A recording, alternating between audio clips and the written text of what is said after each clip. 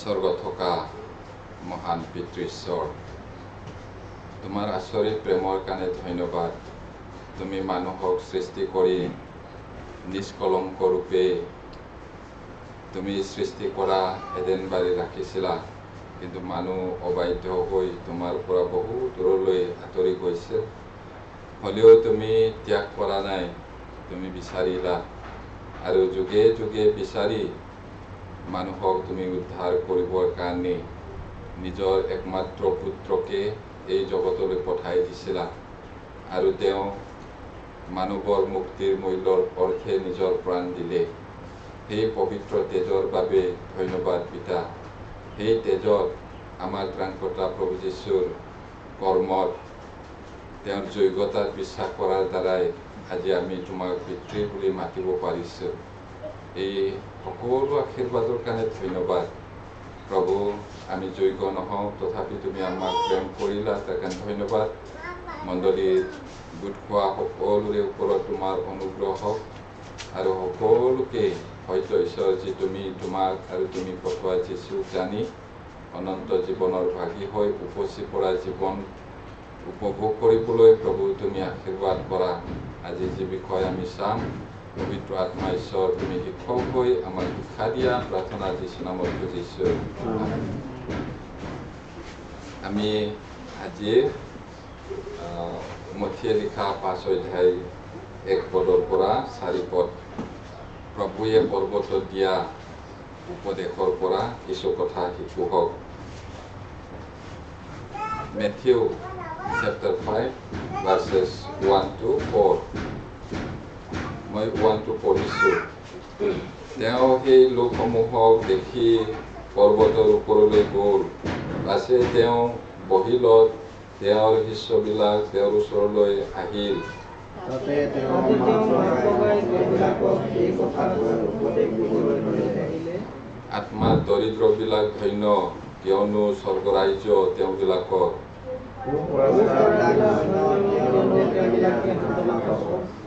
ধন্যবাদ। ইয়াতে পৰ্বতত দিয়া আমাৰ ত্ৰাণকৰ্তা প্ৰভুৰ শিক্ষা। আজি এই 4টা পদৰ পৰা ঈশ্বৰৰ কথাটো ষ্টাডি কৰোঁ হওক। যীশুখ্ৰীষ্টই দিয়া আটাইতকৈ দীঘলীয়া একক ভাষণটো হৈছে বা উপদেশটো পৰ্বতত দিয়া উপদেশ। আটাইতকৈ দীঘলীয়া শিক্ষা আছিলে এইটো, আৰু সেইটো পৰ্বতত দিয়া শিক্ষা বুলি জনা যায়। আজি আমাৰ এই পদৰ পৰা আমি চিন্তা কৰোঁ হওক যে যীশুৱে পৰ্বতত প্ৰচাৰ কৰা ঠাইখন, এইখন আছিল অতি সাধাৰণ নামহীন পৰ্বত। কোনটো পৰ্বতত শিক্ষা দিছিলে নামটো নাই, একেবাৰে সাধাৰণ। আৰু যিহুদী পুৰোহিত বা বিধান পণ্ডিতসকলৰ দৰে ইয়াতে মহিমা মন্দিৰ আৰু সুনিৰ্মিত ধৰ্মধাম বা চিনাগগ নহয়। এইটো নামহীন এটা পৰ্বত। কোনটো পৰ্বতত আছিলে সেইটো উল্লেখ কৰা নাই।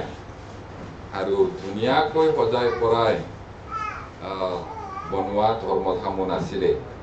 তেওঁ এনেকুৱা ঠাইত ঈশ্বৰৰ বাইবলটো কৈছিলে। এতিয়া মনত ৰাখিব যে আমাৰ প্ৰভু য'ত সঁচাকৈয়ে পবিত্ৰ আৰু সঁচাকৈয়ে মহিমা মন্দিৰ আছিলে।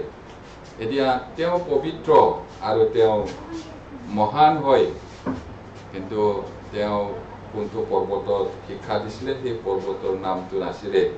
আৰু ধুনীয়া সজাই পৰাই থোৱা চিনাগগ নহয়, তেনেকুৱা ঠাইত আমি এইটো পুলপিটত থিয় হৈ শিক্ষা দিছোঁ ঈশ্বৰৰ কথাটো আৰু ফেনৰ তলত বহিছোঁ। প্ৰভুৱে তেনেকুৱা ইমান আৰামত পোৱা নাই।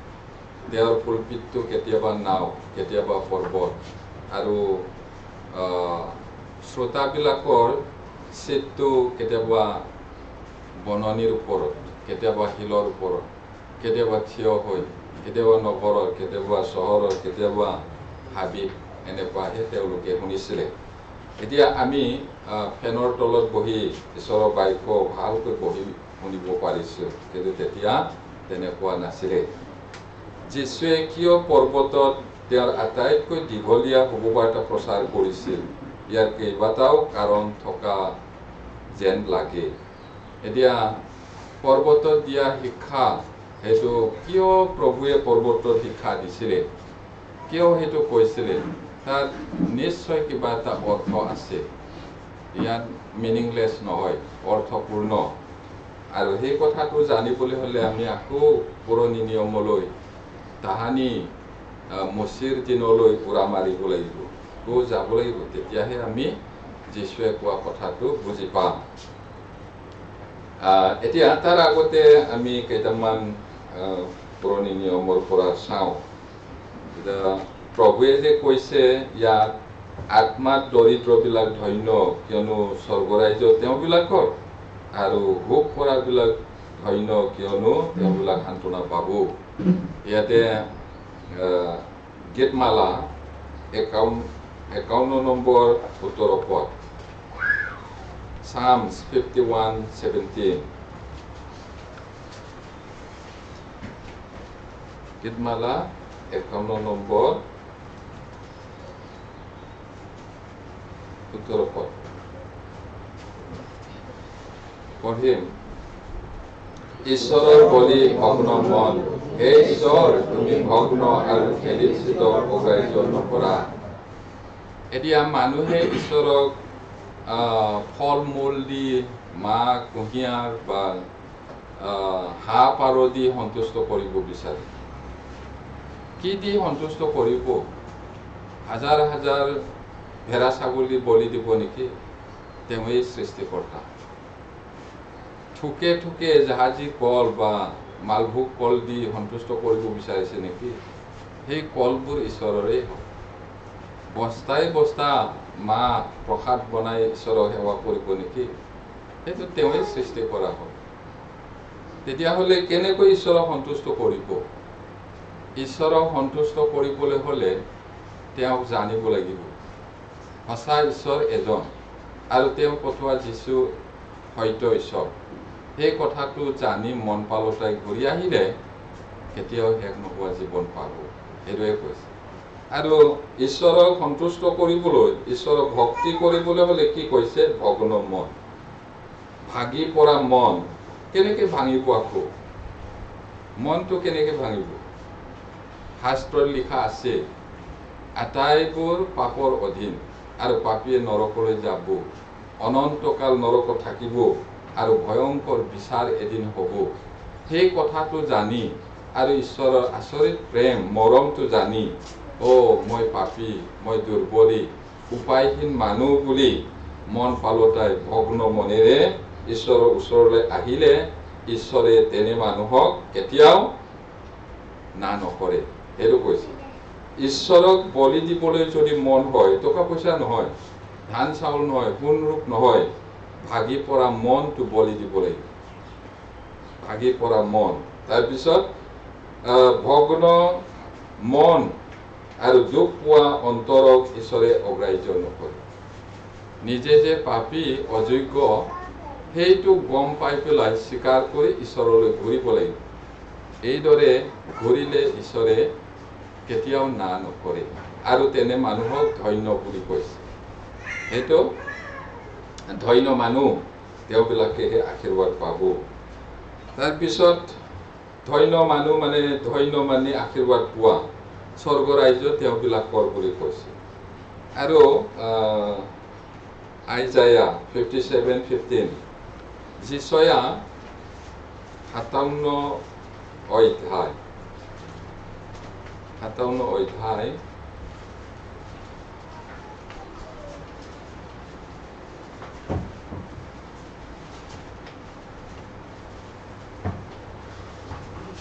অধ্যায় 15 পদ পঢ়িম। কিন্তু অনন্তকাল নিবাসী যাৰ নাম পবিত্ৰ, সেই ঊৰ্ধ্ববাসী আৰু উন্নতজনাই এইদৰে কৈছে, মই ঊৰ্ধ্বলোকত আৰু পবিত্ৰ স্থানত বাস কৰোঁ, আৰু নম্ৰ মনৰ লোকবিলাকক সচেতন কৰিবলৈ, ভগ্নচিতীয়াবিলাকৰ হৃদয় সতেজ কৰিবলৈ মই সেই ভগ্নচিতীয়া আৰু নম্ৰ মনৰ লোকৰ লগত বাস কৰোঁ। এতিয়া ঈশ্বৰৰ ইচ্ছা কি আমি নাজানো বুলি কৈ থাকে। ঈশ্বৰৰ ইচ্ছাটো জানিব লাগিব, বাইবেলত আছে। এইদৰে এনেই প্ৰাৰ্থনা কৰিব নালাগে, হে ঈশ্বৰ তোমাৰ ইচ্ছা কি আমি নাজানো, এনেকে নহয়। বাইবেল পঢ়ক, ঈশ্বৰৰ ইচ্ছাটো জানিবলৈ মন হ'ব। ইয়াতে কি কৈছে, ঈশ্বৰ কেনেকুৱা? ইয়াত কৈছে কিয়নো অনন্তকাল নিবাসী। ঈশ্বৰ অনন্তকাল থাকে, অন্তহীন সময় আমি নাজানো, অন্তহীন, এভাৰলাষ্টিং টু এভাৰলাষ্টিং, সেইটো শেষ নহয়। আমাৰ মানুহ মগজে ঢুকি নাপাওঁ। ঈশ্বৰ অনন্তকাল থাকে আৰু তেওঁৰ নাম পবিত্ৰ, ইয়াতে কৈছে। আৰু তেওঁ ঊৰ্ধ্ববাসী, স্বৰ্গত থাকে। আৰু কি কৈছে, তেওঁ উন্নত, হাইয়েষ্ট, তেওঁ উন্নত। আৰু সেইজনাই এইদৰে কৈছে, ঈশ্বৰৰ ইচ্ছা কি কেনেকৈ জানিম বুলি ক'লে, সেইজনাই এইদৰে কৈছে। তেওঁ কি কৈছে, মই ঊৰ্ধ্বলোকত আৰু পবিত্ৰ স্থানত বাস কৰোঁ, মানে স্বৰ্গত থাকো আৰু পবিত্ৰ ঠাইত থাকো। আৰু কি কৈছে, কাৰ লগত থাকে, নম্ৰ মনৰ মানুহবিলাকক সচেতন কৰিবলৈ। আৰু আকৌ পাইছো আমি ভগ্ন চিতীয়াবিলাকৰ হৃদয় সতেজ কৰিবলৈ মই সেই ভগ্ন চিতীয়া আৰু নম্ৰ মনৰ লোকৰ লগতো বাস কৰোঁ। এতিয়া আশীৰ্বাদ পাবলৈ হলে নম্ৰ হ'ব লাগিব। স্বৰ্গত সোমাবলৈ আটাইৰে মন, কোনেনো স্বৰ্গত সোমাবলৈ ইচ্ছা নাই।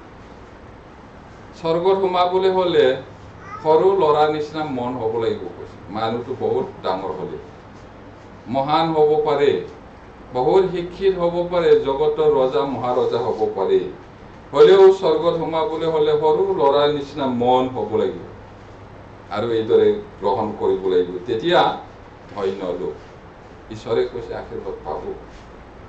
এতিয়া আকৌ যিচয়া 61 অধ্যায় 3 পদ, 61, Isaiah 61 verse 3, আটাই বোকাটোৰ লোকক সান্তনা কৰিবলৈ আৰু চিয়নৰ বোকাটোৰ লোকবিলাকৰ নিমিত্তে নিযুক্ত কৰিবলৈ ভস্মৰ সলনি মালা, দুখৰ সলনি আনন্দৰ তেল আৰু বেজাৰ মনৰ সলনি প্ৰশংসাৰ বস্ত্ৰ দান কৰিবলৈ তেওঁ মোক পঠালে। তাতে তেওঁবিলাক ধৰ্ম গছ আৰু জিহুৱাৰ ঘোষণৰ অৰ্থে তেওঁ পতা উদ্যান বুলি প্ৰখ্যাত হ'ব। কিমান আচৰিত কথা প্ৰিয় ভাই ভনীসকল। ইয়াতে আমি পাইছো ভোগ কৰাবিলাক ধন্য, যিবিলাক দুখত আছে, ভোকত আছে, তেওঁবিলাকে সান্তনা পাব। আৰু সেই কথাটো যীশু অহা শত শত বছৰৰ আগতেই ভাৱবাদীসকলৰ দ্বাৰাই কৈছিলে। ইয়াত কি কৈছে আমি চালো, আটাই বোকাটোৰ লোকক সান্তনা কৰিবলৈ ত্ৰাণকৰ্তা প্ৰভু যীশু আহিব। এই সময়ত যীশু বুলি কোৱা নাই, এজন উদ্ধাৰকৰ্তা আহিব। আৰু চিয়নৰ বোকাটোৰ লোকবিলাকৰ নিমিত্তে নিযুক্ত কৰিবলৈ, ভোকত থকা বিলাকৰ কাৰণে। এতিয়া পুৰি যোৱাৰ সলনি মালা, দুখৰ সলনি আনন্দৰ তেল, বেজাৰৰ সলনি প্ৰশংসাৰ বস্ত্ৰ দান কৰিবলৈ তেওঁ মোক পঠালে। মানে ঈশ্বৰেহে, পিতৃ ঈশ্বৰেহে প্ৰভু যীশুক পঠালে। এতিয়া যিজনে সঁচাকৈ পৰিত্ৰাণ পায়, তেওঁবিলাক ভস্মৰ সলনি মালা পায়, ভোকৰ সলনি আনন্দৰ তেল পায়। তেলটো পবিত্ৰ আত্মাক বুজায়। তেওঁ পবিত্ৰ আত্মা পায় পৰিত্ৰাণ পোৱাৰ পিছত। আৰু বেজাৰ, ভয়, চিন্তা, তাৰ সলনি প্ৰশংসাৰ বস্ত্ৰ দান কৰিবলৈ, এইটো ধাৰ্মিকতাৰ চোলা বুলিও কয়, বিয়াৰ কাপোৰ বুলিও কয়, সেইটো পিন্ধায়। আৰু সেই ধাৰ্মিকতাৰ চোলাটো নিপিন্ধাকৈ কোনেও ঈশ্বৰৰ তীক্ষ্ণ দৃষ্টিৰ আগত তিচ দিব নোৱাৰে, নাঙত হয়। সেইটো নিপিন্ধিলে নাঙত মানুহে সমাজত যাব নোৱাৰে।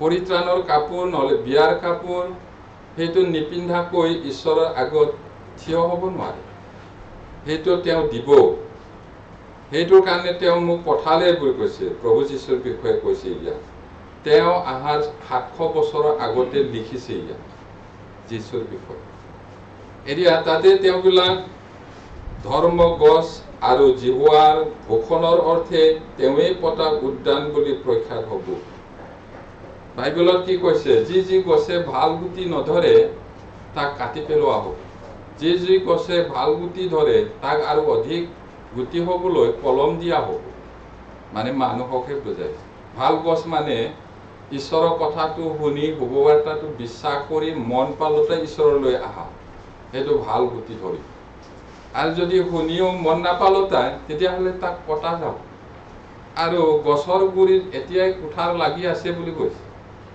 গছ মানে মানুহ কুঠাৰ মানে মৃত্যু মন নাপালতালে যিকোনো মুহূৰ্তত কাটা যাব পাৰে মৰিব পাৰে এতিয়া ইয়াত কি ক'লে ধৰ্ম গছ বুলি কৈছে তাতে তেওঁবিলাক কোনবিলাক যিবিলাকে সঁচাকৈ শুভবাৰ্তাত বিশ্বাস কৰিলে তেওঁবিলাকক ধৰ্ম গছ বুলি কোৱা হ'ব আৰু তেওঁবিলাক ঈশ্বৰৰ বা জিহুৱাৰ ভূষণৰ অৰ্থে তেওঁ পতা উদ্যান বুলি প্ৰখ্যাত হ'ব উদ্যান মানে পাৰ্ক ইংলিছত পাৰ্ক বুলি কৈছে নহয় জানো উদ্যান ঈশ্বৰে পতা উদ্যান উদ্যানত পাৰ্কত বহুত ধুনীয়া ধুনীয়া কিবা থাকে আমাৰ ইয়াত ইমান ধুনীয়া পাৰ্ক নাই বাৰু বেলেগ বেলেগ ঠাইত যদি আমি যাওঁ কিমান সুন্দৰ ফল ফুল ধৰা এনেকুৱা উদ্যান বহুত থাকে আৰু আমাক পৰিত্ৰাণ পোৱা মানুহবিলাকক ঈশ্বৰে পতা উদ্যান বুলি কৈছে কিমান আচৰিত কথা তেওঁবিলাক ধন্য লোক বুলি কৈছে সান্তনা পাব তাৰপিছত যোহন 16:20 চাওকচোন ধন্য লোক কান্দি থকা বেজাৰত থকা বিলাকে আশীৰ্বাদ পাব এই কথাটো কৈছে সঁচাকৈ যদি কোমল হৈ মন পালতাই ঈশ্বৰলৈ ঘূৰি আহে তেওঁ এই আটাইবোৰ দিয়ে যোহন 20 যোহন 16:20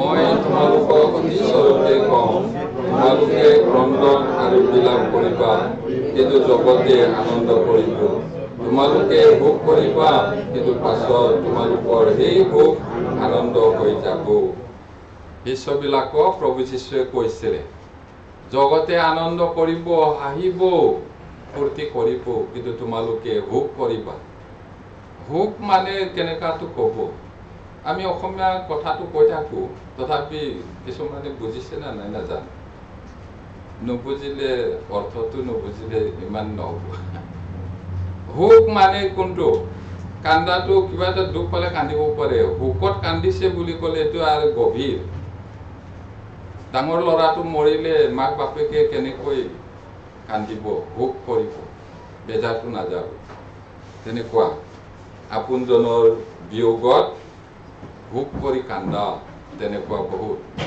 এনেকুৱা মানুহবিলাকে সান্তনা পাব এই বুলি কৈছে আৰু ইয়াতে জগতে হাঁহিব কিন্তু তোমালোকে ক্ৰন্দন বিলাপ কৰিবা তোমালোকে ভোগ কৰিবা কিন্তু পাছত তোমালোকৰ ভোগ আনন্দ হৈ যাব এইটো কৈছে এতিয়া সেই কথাটো শিষ্যবিলাকৰ জীৱনত ঘটিছিলে যেতিয়া শিষ্যবিলাক প্ৰভু যীশুক গেছিমানি বাৰীত ধৰিলে তেওঁ কোবাই লৈ গ'ল বিচাৰ কৰিলে আৰু শিষ্যবিলাকে ভয়তে পলাই পত্ৰম দিলে কিমান দুখত আছিলে আৰু পিতৰকো কৈছিলে তুমিও সেই মানুহজনৰ লগৰীয়া বুলি মই নহওঁ বুলি তেওঁ ক'লে আকৌ ক'লে তুমিও হয় কি বুলি কৈছে তোমাৰ আচৰণ আৰু তোমাৰ কথা বতৰাই কৈ সেই মানুহটোৰ লগৰীয়া যীশুৰ লগত সদায় থাকিলে সলনি হৈছে গমেই নাপায় আপোনালোকেও যদি সদায় প্ৰভুৰ লগত ৰাতিপুৱা গধূলি লাগি থাকে জীৱনটো পৰিৱৰ্তন হ'ব মচিৰ কথা আমি জানো 40 দিন 40 ৰাতি নাখাই নগৈ ঈশ্বৰৰ লগত থাকোঁতে ঈশ্বৰৰ পোহৰটো তেওঁৰ তাত আহিলে আৰু সেইটো মানুহবিলাকে চাওঁতে মৰিবলৈ লৈছিলে মচি আমি চাব নোৱাৰো কিন্তু মচিয়ে গম পোৱা নাই এনেকা পোহৰ হৈছিল সেইকাৰণে উৰণি ল'ব লগা হৈছিলে এতিয়া সেই শিষ্যবিলাকেও ভোগ কৰিছিলে পিছত পুনৰুত্থান হোৱা সময়ত তেওঁলোকে দেখিলে ভোগটো আনন্দত পৰিৱৰ্তন হ'ল এতিয়া এই জগতত আমি দুখ পাইছো আমি খ্ৰীষ্টিয়ান হোৱাৰ কাৰণে যীশুৰ মানুহ বুলি কোৱাৰ কাৰণে আমাক মানুহে ঘিণ কৰে ঠাট্টা মস্কৰা কৰে আমাক একো বুলি গণ্য নকৰে সমাজৰ জাবৰ বুলি কয় কিছুমান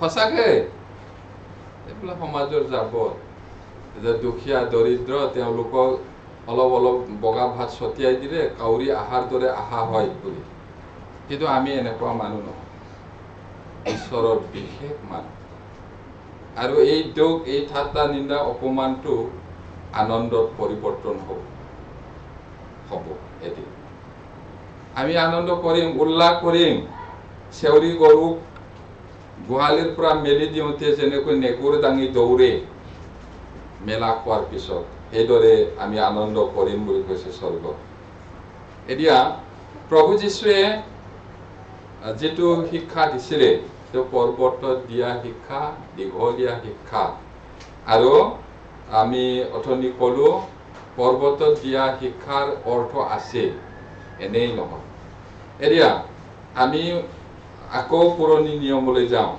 এতিয়া মচিৰ দিনত মচিয়ে এটা পৰ্বতৰ ওপৰত বিধান লাভ কৰিছিলে তুমি পৰ্বতলৈ উঠি আহা আৰু ইছৰাইলবিলাকক যুগুৰ হ'বলৈ দিয়া নিজকে পবিত্ৰ কৰা এই বুলি ঈশ্বৰে মাতিলে কিন্তু সেই সময়ত বিধান ল'বলৈহে গৈছিলে আৰু কিন্তু এতিয়া যীশুৱে সেই পৰ্বতত বিধানৰ ব্যাখ্যা কৰিলে য'ত যিহুদীসকলে বিধান লাভ কৰিছিল এতিয়া মচিৰ দিনত মচিয়ে বিধানটো ল'বলৈ পৰ্বতত গৈছে এতিয়া প্ৰভু যীশুৱে সেই বিধানৰ কথাটো ব্যাখ্যা কৰিছে পৰ্বতৰ ওপৰত সেইটো এতিয়া মচিৰ দিনত ঈশ্বৰে পৰ্বতৰ ওপৰত বজ্ৰপাত আৰু বিজুলীৰ মাজত কথা কৈছিল কিন্তু এতিয়া যীশুৱে তেওঁৰ কথা শুনা সকলোৰে আগত মৃদু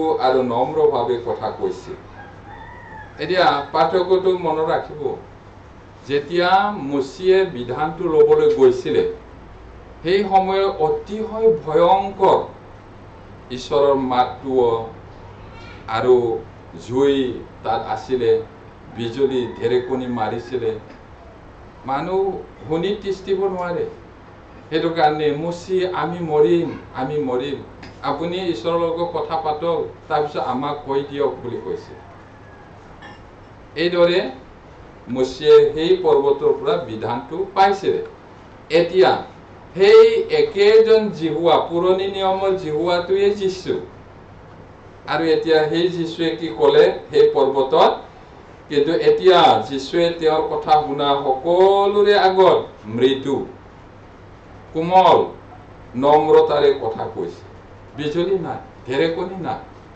ভয় লগা নহয় একেবাৰে শান্তিৰে কৈছে অথনি আমি পঢ়িলো সেইটো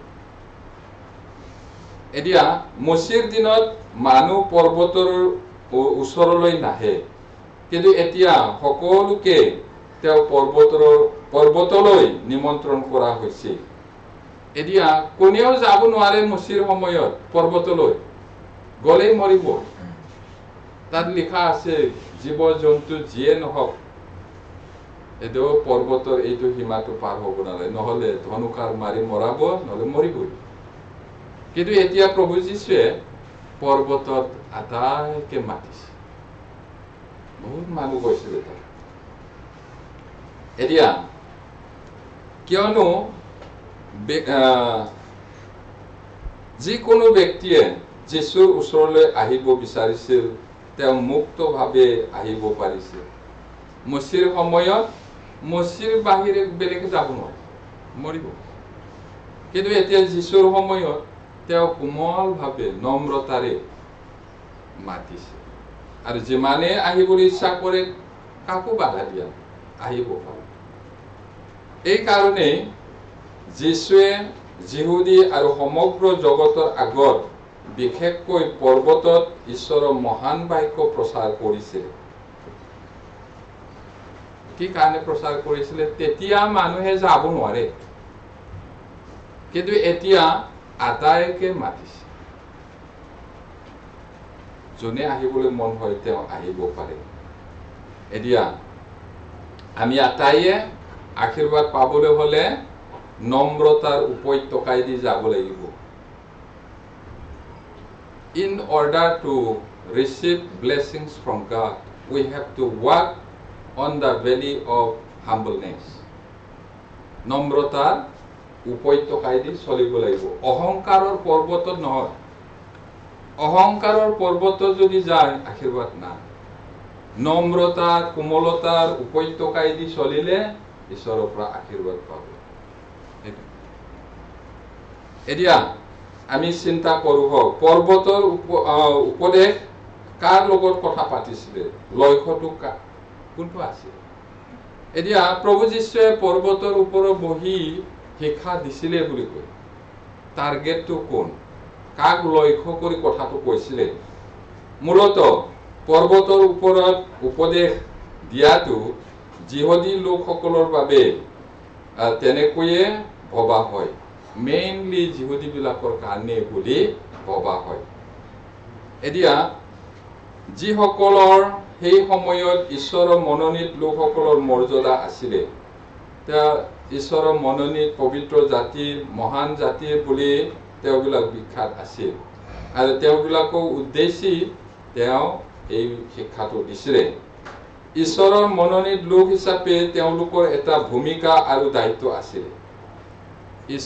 ঈশ্বৰে কেলে ইছৰাইল জাতিক মনোনীত কৰিছিলে? আমি চেমিনাৰ সময়ত বহুতবাৰ চাওঁ, এইটো উদ্দেশ্য আছে। তেওঁৰ সাক্ষী হবলৈ ঈশ্বৰে ইছৰাইল জাতিক জগতৰ মাজৰ পৰা বাছি লৈছিলে, কিন্তু তেওঁবিলাক অনেক সময়ত ফেইলিয়াৰ হৈছিলে ঈশ্বৰৰ সাক্ষী হোৱা। সেইটো কাৰণে তেওঁলোকে পানিচমেণ্ট পাইছিলে বহুত বা। এতিয়া ইছৰাইল জাতিৰ নিচিনা আশীৰ্বাদ পোৱা আৰু ইছৰাইল জাতিৰ নিচিনা শাস্তি পোৱা পৃথিৱীত কোনো নাই। ইছৰাইলৰ ইতিহাসত ভয়ানক শাস্তিও আছে আৰু আশীৰ্বাদো আছে। কি কাৰণে তেওঁলোকে শাস্তি পাবলগীয়া হৈছিলে?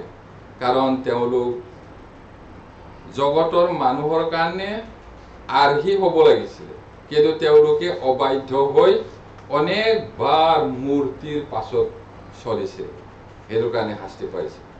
সেইটো ফেইলিয়াৰ হ'ল তেওঁলোকে। আৰু তেওঁলোকক কিয় বাছি লৈছিলে বুলি ক'লে, ঈশ্বৰৰ বাক্যটো ৰেকৰ্ড কৰি ৰাখিবলৈ, লিপিবদ্ধ কৰি ৰাখিবলৈ। এতিয়া 40 জন মানুহে বাইবেলখন লিখিছে, 66খন কিতাপ, তাৰে এজন মাত্ৰ পৰজাতি। সেইটো আছিলে ডাক্তৰ লোক আৰু পাচনি কৰ্ম লিখা মানুহজন, এইটো ডাক্তৰ, ফিজিচিয়ান ডাক্তৰ হয়, তেওঁৱে লিখিছিলে। তাৰ বাহিৰে আটাইবোৰ যিহুদী মানুহ আছিল। আৰু তেওঁলোকক সেইটো কাৰণে তেওঁলোকৰ দায়িত্ব আছিলে এজন জীৱিত ঈশ্বৰ আছে, তেওঁলোকে প্ৰকাশ কৰিব লাগিছিল আদৰ্শৰ যোগেদি। নোৱাৰা কাৰণে মাৰ খাইছিল আৰু ঈশ্বৰৰ বাক্যটো সঁচাকৈ লিখিলে তেওঁলোকে। আৰু এই বাইবেলখন ৰক্ষা কৰিবলৈ হাজাৰ হাজাৰ যিহুদীবিলাকে জীৱন দিছে। সঁচাকৈ বহুত আচল। তেওঁলোকক আমি এনে বেয়া বুলি ক'ব নোৱাৰো। তেওঁলোকৰ চেক্ৰিফাইচ, তেওঁলোকৰ জীৱন তেজৰ কাৰণেহে আমি বাইবেল পাইছো। আৰু তেওঁলোকক কিয় বাছি লৈছিলে বুলি ক'লে, যীশু আহিবলৈ। সেইকাৰণে অনেক বিধি বিধান, এইটো খাব পায় নাপায়, যাব নালাগে, কি কাৰণে ইমানবোৰ বিধান দিছিলে আইন, যাতে তেওঁলোক পবিত্ৰ হ'ব পাৰে আৰু সেইদৰে যীশু যেন তেওঁলোকৰ মাজত আহিব পাৰে। আৰু যীশুৰ যোগেদি গোটেই পৃথিৱীক আশীৰ্বাদ দিবলৈ বহুত ফেইলিয়াৰ হৈ গ'ল হ'লেও ঈশ্বৰৰ পৰিকল্পনাটো বাধা দিব নোৱাৰে কালৰ শেষত আমাৰ ত্ৰাণকৰ্তা প্ৰভু যীশু ঈশ্বৰৰ পৰিকল্পনা মতে মানুহ হৈ এই পৃথিৱীলৈ আহিছিলে আৰু সেইদৰে আমি আজি পৰিত্ৰাণৰ ভাগী হলো এতিয়া যেহেতু পৰিত্ৰাণ পোৱা খ্ৰীষ্টিয়ানসকল নতুনকৈ ঈশ্বৰৰ লোক হৈ পৰিছে সেয়েহে ঈশ্বৰৰ লোক হিচাপে তেওঁলোকৰ নিজস্ব ভূমিকা আৰু দায়িত্বও আছে পুৰণি নিয়মৰ সময়ত ইছৰাইলক ঈশ্বৰে মনোনীত কৰিলে তেওঁৰ বিশেষ কামৰ কাৰণে এতিয়া আমি নতুন নিয়মৰ সময়ত আমাক পৰিত্ৰাণ দিলে যীশুৰ তেজেৰে আমাক কিনিলে এতিয়া আমাৰ দায়িত্ব আছে আৰু কৰ্তব্য আছে আমি শুভবাৰ্তা প্ৰচাৰ কৰাটো ঈশ্বৰৰ ইচ্ছা কেৱল আমি পৰিত্ৰাণ পাই বা নতুন জন্ম পাই স্বৰ্গ যোৱাটো নিবিচাৰে অনেক মানুহ আছে তেওঁবিলাকেও যেন সত্যক জানে শুভবাৰ্তা প্ৰচাৰ কৰাটো আমাৰ কৰ্তব্য আৰু দায়িত্ব আৰু এইদৰে ঈশ্বৰক গৌৰৱ কৰাটো এতিয়া আমাৰ হাতত আমাৰ ওপৰত বহুত গধুৰ দায়িত্ব আছে এতিয়া প্ৰভু যীশুৱে কিয় আহিছিলে বুলি ক'লে পাপী মানুহ আৰু ঈশ্বৰৰ মাজত শত্ৰু আছিলে আৰু ঈশ্বৰে কেতিয়াও মানুহৰ ওচৰত আহিব নোৱাৰে মানুহেও ঈশ্বৰৰ ওচৰত যাব নোৱাৰে কিন্তু যীশুৱে ক্ৰুচত মৰি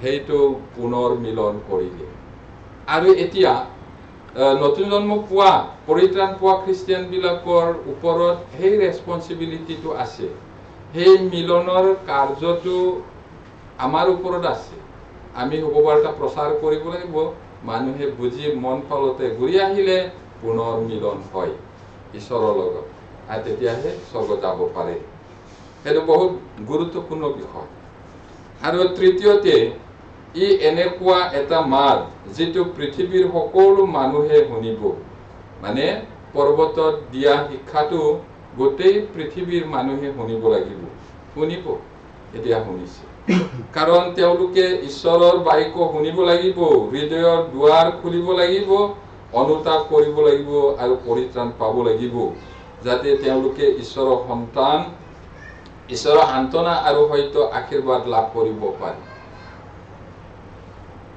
নম্ৰবিলাক ধন্য ভোগ কৰাবিলাক ধন্য কাৰণ তেওঁবিলাকে সান্তনা পাব প্ৰভু যীশুৱে 2023 বছৰৰ আগত সেই নিৰ্দিষ্ট পৰ্বতত শিক্ষা দিছিলে আৰু এতিয়াও সেই মাতটো গোটেই পৃথিৱীত গৈ আছে কিয় বুলি ক'লে আটাইয়ে পৰিত্ৰাণ পোৱাটো ঈশ্বৰৰ ইচ্ছা পৰ্বতৰ উপদেশৰ দৰেই শুভবাৰ্তাৰ সকলো বিষয়বস্তুৰ বিষয়ে চিন্তা কৰাটো শুদ্ধ শুভবাৰ্তাৰ সকলো বিষয়বস্তু হৈছে প্ৰথমতে যিহুদী লোকসকলৰ জীৱনৰ ক্ষেত্ৰত প্ৰযোজ্য যিসকলে সেই সময়ত বিশেষভাৱে দুখ কষ্ট ভোগ কৰিছিল তেওঁলোকে ঈশ্বৰৰ মানুহ ঈশ্বৰৰ মনোনীত জাতি হোৱাৰ কাৰণে তাৰণা পাইছিলে কোনেও যিহুদী মানুহ ভাল নাপায় তেতিয়া বিশেষ মানুহ আৰু সেইকাৰণে তেওঁলোকে প্ৰথম শুভবাৰ্তাটো শুনা উচিত প্ৰভু যীশুৱে তেওঁলোকৰ আগত এই কথাটো কৈছিলে তাৰপিছত দ্বিতীয়তে সেই সময়ত খ্ৰীষ্টৰ শিষ্যসকলৰ জীৱন আৰু তেতিয়াৰ পৰা পুনৰ জন্ম পোৱা সকলো খ্ৰীষ্টিয়ানৰ ক্ষেত্ৰতো এইটো প্ৰযোজ্য তেওঁলোকে শুনিব লাগিব এতিয়া তৃতীয়তে শুভবাৰ্তাৰ বাক্যবোৰ হৈছে জগতৰ সকলো পৰিত্ৰাণ নোপোৱা লোকৰ সৈতে জড়িত মাত এইটো শুভবাৰ্তাৰ যিটো মাত পৃথিৱীত যিমান মানুহ এতিয়ালৈকে নতুন জন্ম পোৱা নাই বা পৰিত্ৰাণ পোৱা নাই তেওঁলোকৰ কাৰণে হয় এই মাত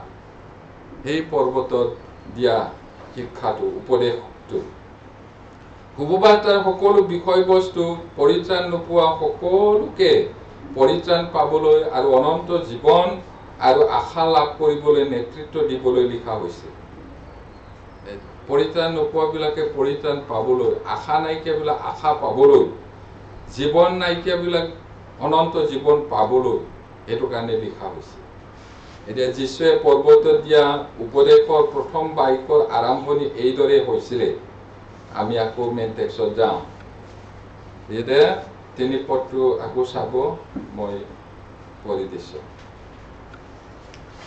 ইয়াতে আত্মাত দৰিদ্ৰবিলাক ধন্য কিয়নো স্বৰ্গ ৰাজ্য তেওঁবিলাকৰ আমি সৰুতে যিবিলাকে পালক বা প্ৰচাৰক আছিলে তেওঁলোকে শিকায় দেখা নাই ইয়াত লিখা আছে দুখীয়া বিলাক ধন্য যে ভাষাটো বেলেগ হৈ যায় আত্মাত দৰিদ্ৰ বিলাকে কৈছে ফাইনেন্সিয়েলি পুৱাৰ কোৱা নাই এইটো আৰ্থিকভাৱে টকা পইচা দৰিদ্ৰৰ কথাটো কোৱা নাই আত্মাটো দৰিদ্ৰ যিবিলাক আত্মাত দৰিদ্ৰ তেওঁবিলাক ধন্য এইটোৱে কৈছে এইদৰে আৰম্ভ কৰিছিলে প্ৰভুৱে এতিয়া আমি যদি চাওঁ পৃথিৱীয়ে বা জগতে ধনীসকলৰ কথা কয় জগতৰ মানুহে কেৱল টকা পইচাহে আলোচনা কৰে হয়নে নহয় কাৰ ল'ৰা কি চাকৰি কিমান দৰমহা পায় এইটোৱে আলোচনা সদায় কিমান কি হ'ল পেঞ্চন পোৱাৰ পিছত কি আঁচনি কৰিলে কিমান কি আছে সেইটোৱে আলোচনা জগতে ধন আৰু ধনীৰ কথা কয় কিন্তু প্ৰভুৱে কি কৈছে কিন্তু আমাৰ প্ৰভুৱে ইয়াৰ বিপৰীত কথা কৈছে খ্ৰীষ্টৰ আগতে কোনে দাবী কৰিছিল যে আত্মাৰ দৰিদ্ৰসকল পৃথিৱীৰ ধন্য বা সুখী বুলি যীশুৰ আগত কোনো মানুহে কেতিয়াও কোৱা নাই আত্মাৰ দৰিদ্ৰবিলাক ধন্য বুলি কোনেও কোৱা নাই যীশুৰ বাহিৰে আৰু নতুনকৈ জন্ম পোৱা খ্ৰীষ্টিয়ানৰ বাহিৰে আজি কোনজন ব্যক্তিয়ে যীশুৰ দৰে দাবী কৰিব নতুন জন্ম নোহোৱা মানুহবিলাকে যীশুৰ দৰে ক'ব নোৱাৰে কিন্তু তেওঁক জনাবিলাকে ক'ব পাৰে হয় আমি প্ৰথমে কি কৰোঁ সেয়া গুৰুত্বপূৰ্ণ নহয় কিন্তু ঈশ্বৰৰ আগত আমি কেনেকুৱা সত্তা বিং আমি ঈশ্বৰৰ আগত কেনেকুৱা সত্তা সেইটোহে আচল কথা কোনটো আগত কোনটো পিছত সেইটো ডাঙৰ বিষয় নহয় আমি কেনেকুৱা সত্তা ঈশ্বৰৰ আগত এইটোহে গুৰুত্বপূৰ্ণ আজি আত্মাত দুখীয়াক বিচাৰি পোৱা কঠিন আত্মাত দৰিদ্ৰ মানুহ বিচাৰি পোৱা টান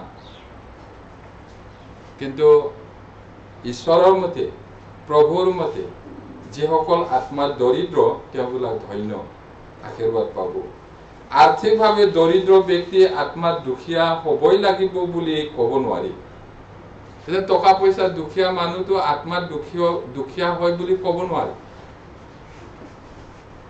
এনেকুৱা নহয় এদিন আমাৰ পাষ্টৰ লগৰীয়াই গুৱাহাটী পল্টন বজাৰত প্ৰচাৰ কৰিছিল মৰম লাগিছে হৃদয়ত লাগি গ'ল মানে হাতো নাই ভৰিও নাই কেনেকুৱা চকা লগাই এনেকুৱা মাগে এনেকৈ খেলি ভিক্ষা বুলি ট্ৰেং ট্ৰেং ট্ৰেং বজাই এইটো চেলপাৰৰ থালটো তাৰপিছত আমাৰ লগৰীয়া পাষ্টৰে ভাবিছে তাক 100 টকা দিলেও আজি দিব কালি খাই শেষ কৰিব কি কৰা যায় শুভবাৰ্তা প্ৰচাৰ কৰিম তেতিয়া যীশুৰ কথা মৰমৰ কথা ক'লে সি কি কৈছে সেই মানুহজনে মই বিশ্বাস নকৰোঁ আত্মাৰ কথা মোক নালাগে পইচা লাগে এনেকে উত্তৰ দিছে আত্মাৰ দৰিদ্ৰ নহয় সেইটো বিষয় কিমান বহুত ডাঙৰ মানুহ আমাৰ লগৰীয়া পাষ্টৰ বুলি ক'লেও তেওঁ আমাৰতো বেলেগ হয় বহুত ডাঙৰ মানুহ হ'লেও কোমল হৈ সি বেচেৰা মাতটো বহুত কোমল হয় তেওঁ গৈ পিনি আচ্ছা মই তোমাক ঈশ্বৰৰ মৰমৰ কথা কৈছোঁ যীশুৱে তোমাক মৰম কৰে মই বিশ্বাস নকৰোঁ নালাগে মই কিমান দুখ পাব আত্মাৰ দৰিদ্ৰ নহয় এতিয়া আত্মাৰ দৰিদ্ৰতা এনেকুৱা এটা বস্তু যিটো ধনী মানুহৰো থাকিব পাৰে আত্মাৰ দৰিদ্ৰ হোৱাটো বহুত ধনী মানুহৰো থাকিব পাৰে টকা পইচাত বহুত ধনী হ'লেও আত্মাৰ দৰিদ্ৰ মানুহ আছে বহুত আছে। এতিয়া যেতিয়া ঈশ্বৰৰ আগত সৎ নম্ৰতা থাকে তেতিয়া তেওঁৰ আত্মা দুখীয়া হ'ব পাৰে। ঈশ্বৰৰ আগত নম্ৰ মানুহ আৰু ঈশ্বৰক জানিব বিচৰা মন তেনেকুৱাবিলাক দৰিদ্ৰ হ'ব পাৰে ঈশ্বৰৰ আগত। যীশুৱে কৈছিলে যে স্বৰ্গৰাজ্য আত্মাৰ দৰিদ্ৰ লোকসকলক দিয়া হয়। আত্মাৰ দৰিদ্ৰ মানুহবিলাককহে স্বৰ্গৰাজ্যটো দিয়া হ'ব। গতিকে আত্মাৰ দুখীয়া হোৱাৰ অৰ্থটো কি? আত্মাৰ দৰিদ্ৰবিলাক ধন্য আৰু তেওঁবিলাককহে স্বৰ্গ ৰাজ্যটো দিয়া হ'ব বুলি কৈছে। তেতিয়াহ'লে আত্মাৰ দৰিদ্ৰৰ অৰ্থটো কি হয়? আত্মাৰ দৰিদ্ৰসকল হ'ল সেইসকল যিসকলে জগতৰ বস্তুবোৰৰ সন্তুষ্ট নহয়। আত্মাৰ দৰিদ্ৰ মানে যিসকল লোক এই পৃথিৱীৰ টকা পইচা ধন সম্পত্তিত সন্তুষ্ট নহয়। সেইটোৱে মোক সান্তনা দিব নোৱাৰে তেনেকুৱা মন তেওঁলোকৰ আছে। মোক ঈশ্বৰ লাগে, এজন হয়তো ঈশ্বৰ বিচৰা মন। এতিয়া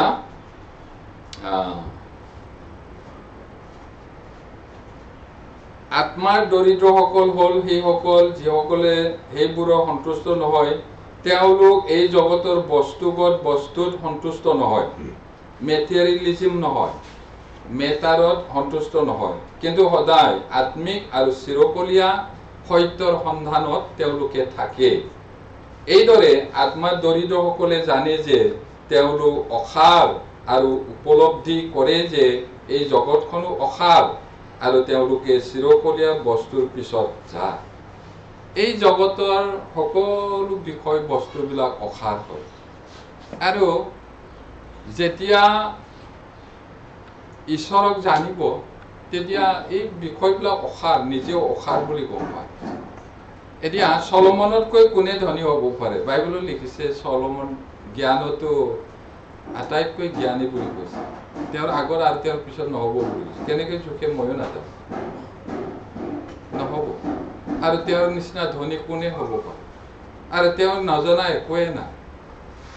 সাগৰৰ মাছ, জীৱ জন্তু, অৰণ্য গোটেইবোৰ জানে, চৰাই চিৰিকটি। আৰু তেওঁৰ ঘৈণীয়েক কিমান আছিলে? তেওঁৰ ঘৈণীয়েকো বহুত, নহয় জানো? পৃথিৱীত মানুহে যিটো বিচাৰে সকলো পাইছো কৈছে, তথাপি কি কৈছে? সি অসাৰ, তেলত ধৰা নিচিনাহে হৈছে। মিঠাতেলত ধৰিলে কি ধৰা খাব? আৰু বতাহক ধৰিব বিচৰা নিচিনাহে কৈছে। কিছুমানে ভাবে আকৌ চলমনে ইমান বিয়া পাতিছে, আমিওতো পাতিব পাৰিলো। তাত ডাঙৰ ডাঙৰ শিক্ষা আছে, এইটো বিয়া পাতিব লাগে বুলি নহয়। 700 জনী ৰেজিষ্টাৰ ঘৈণীয়েক ৰাণী, 300 জনীটো লিগিৰি। ৰাণীৰ লিগিৰিও ঘৈণীয়েকে হয় সেই সময়ত 1000 জনী। এতিয়া টকা পইচা, মান সন্মান, জ্ঞান বুদ্ধি আটাইবোৰ দিয়াৰ পিছত ঈশ্বৰে কি কৈছে লাষ্টত? চলমন তুমি কি পালা লিখা। এইটোহে হয় মিনিংটো। কি পালা তুমি লিখাচোন। কি ক'লে? 5 বাৰ অসাৰ কৈছে, নহয় জানো? অসাৰৰো অসাৰ, অসাৰৰো অসাৰ, সকলো অসাৰ, মিনিংলেছ, সেইটোৱে কৈছে। আৰু চলমনে নিজেই কৈছে মানুহে যিটো আকাংক্ষা কৰে, বিচাৰে, সেই সকলোৰ পৰা মই নিজক বঞ্চিত নকৰিলো। সকলো পালো তথাপি একো নাই। তাৰপিছত লাষ্টত কি লিখিছে? বুঢ়া সময়ত এইটোৱে হয় আচলতে, তুমি কি পালা লিখা। মানুহে পৃথিৱীত এইটোৱে বিচাৰে, তুমি কি পালা লিখাচোন। একোৱে। তাৰপিছত কি ক'লে লাষ্টত? তেওঁৰ পৰামৰ্শটো যৌৱন কালৰ ভাৰ্যাৰ লগত থাকা, তাৰপিছত ঈশ্বৰৰ সেৱা কৰা, ঈশ্বৰৰ লগত থাকা, সেইটোৱে। তাৰ পৰা নাই। বিয়া কৰিব লাগে বুলি নহয়। আৰু সকলো পালেও একো নাই, অসাৰ। এতিয়া আত্মাৰ দৰিদ্ৰ মানুহবিলাক সদায় চিৰকলীয়া বস্তুৰ পাছত যায়। আত্মাৰ দৰিদ্ৰসকল সেইসকল যিয়ে উপলব্ধি কৰে যে তেওঁলোক ঈশ্বৰৰ আগত একোৱেই নহয়, তেওঁলোকে পৰিত্ৰাণ পাবলৈ একো কৰিব নোৱাৰে। এতিয়া প্ৰিয়সকল, মানুহে পাপৰ ক্ষমা পাবলৈ টকা পইচাৰে নোৱাৰে, ধৰ্ম কৰ্মৰেও নোৱাৰে, একোৰেই নোৱাৰে। যিটো আমি একেবাৰে নোৱাৰো সেইটো প্ৰভু যীশুৱে আনি দিলে, সেইটোহে আমি গ্ৰহণ কৰিব লাগিব। আত্মাত দুখীয়া মানুহ এজন হেৰুৱা পুত্ৰ যিয়ে নিজৰ পিতৃক এৰি গৈছে, তেওঁ এতিয়ালৈকে কৰা সকলো কাম ঈশ্বৰৰ আগত অসাৰ হয়। আত্মাত দৰিদ্ৰ হোৱা মানুহবিলাক পিতৃৰ পৰা, মা দেউতাৰ পৰা ওলাই গুচি গ'ল, অপব্যয় হৈ গ'ল, আৰু তেওঁ বিচাৰি আহিব। তেওঁ কেৱল ঈশ্বৰৰ দয়া আৰু অনুগ্ৰহ বিচাৰে, একো নিবিচাৰে। আত্মাত দৰিদ্ৰ মানুহ ঈশ্বৰৰ দয়া পালে, তেওঁৰ অনুগ্ৰহ পালে মই ধন্য হম, এনেকুৱা। এতিয়া লোক 18:13 চাওঁ। Gospel Luke 18:13.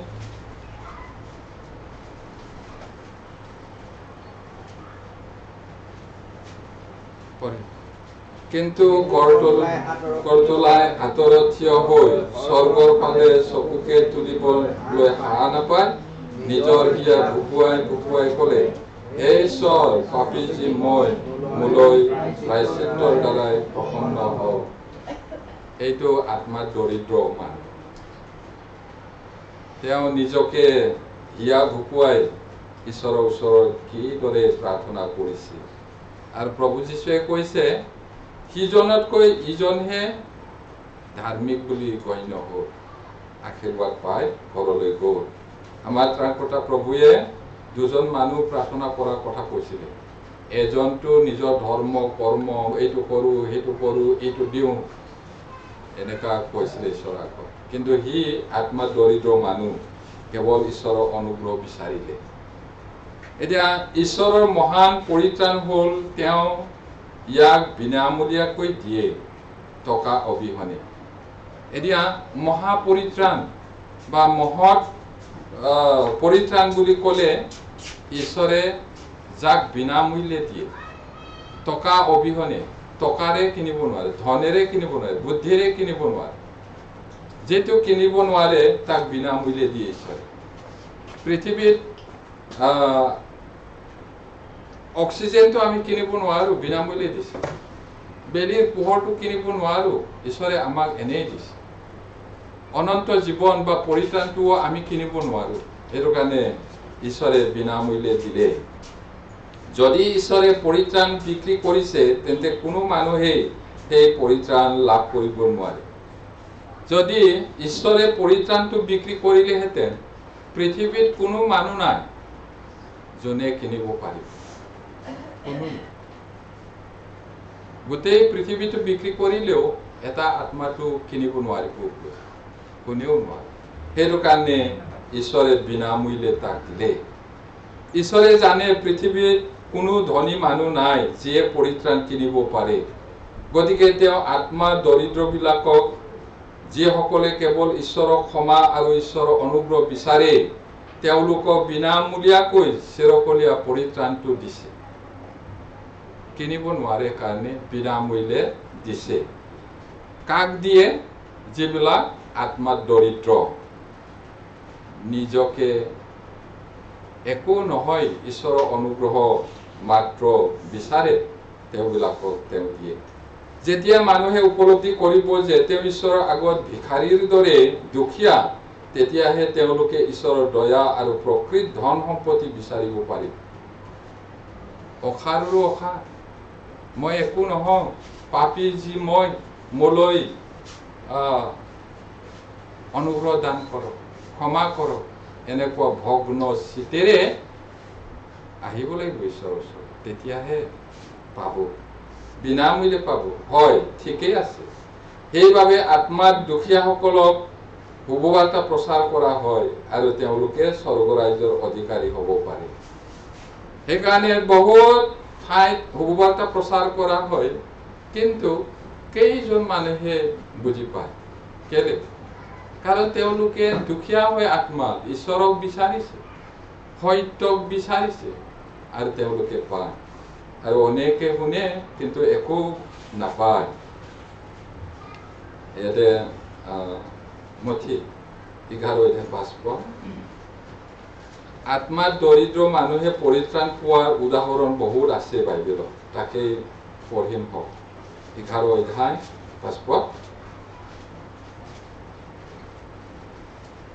মঠি 11:5 অন্ধই পুনৰাই দৃষ্টি পাইছে, ঘোঁৰাই খোজ কাঢ়িছে, কুষ্ঠৰোগী খুচি কৰা হৈছে, পলাই শুনিছে, মৃতবিলাকক তোলা হৈছে, দৰিদ্ৰবিলাকৰ আগত সুবাৰ্তা প্ৰচাৰ কৰা হৈছে। এতিয়া সেই ত্ৰাণকৰ্তা, পুৰণি নিয়মত ত্ৰাণকৰ্তা আহিব, উদ্ধাৰকৰ্তা আহিব, আৰু তেওঁ যেতিয়া আহিব এইদৰে কৰিব, এই বুলি কোৱা আছে। আৰু এদিন যোহন ডুবকে শিষ্যবিলাকক পঠিয়াইছিলে, আহিব লগাজন আপুনি নে আমি কাৰোবা বাট চাম? তেতিয়া এই কথাটো কৈছে, তাৰমানে ময়েই সেইজন। সেইটো এতিয়া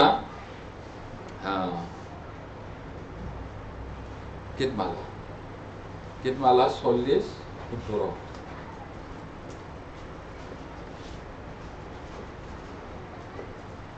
Psalms 40:17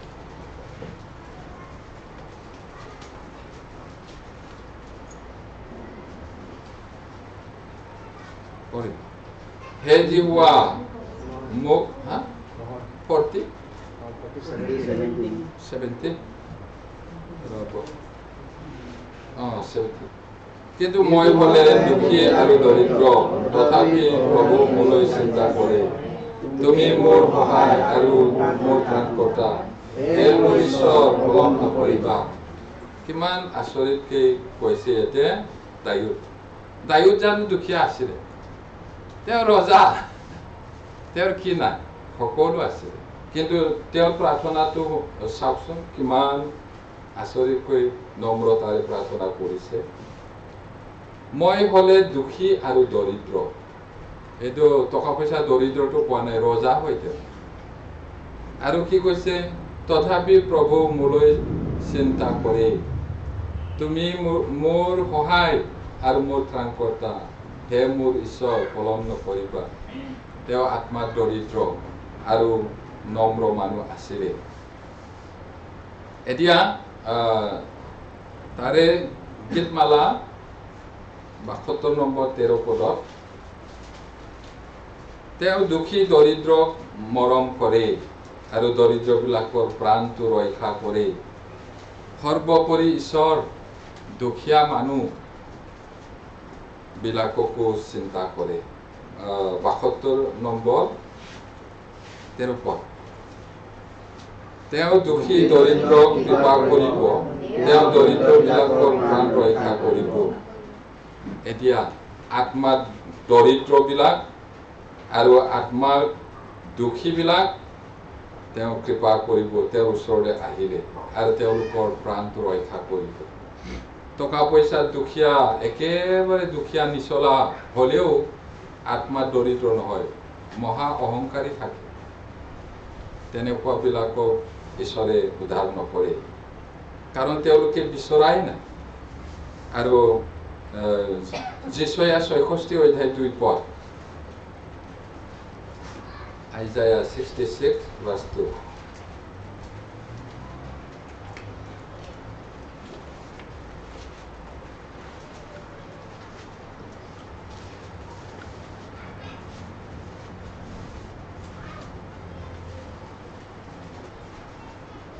66:2 কিয়নো এই সকলোকে মোৰ হাতে নিৰ্মাণ কৰিলে, এই নিমিত্তে সকলো হ'ল ইয়াত জিহুৱাই কৈছে, কিন্তু এজনলৈকে দুখীয়া, অগ্নচিতীয়া আৰু মোৰ বাক্যত কবা, এনে মানুহ হলেহে মই দৃষ্টি কৰিম।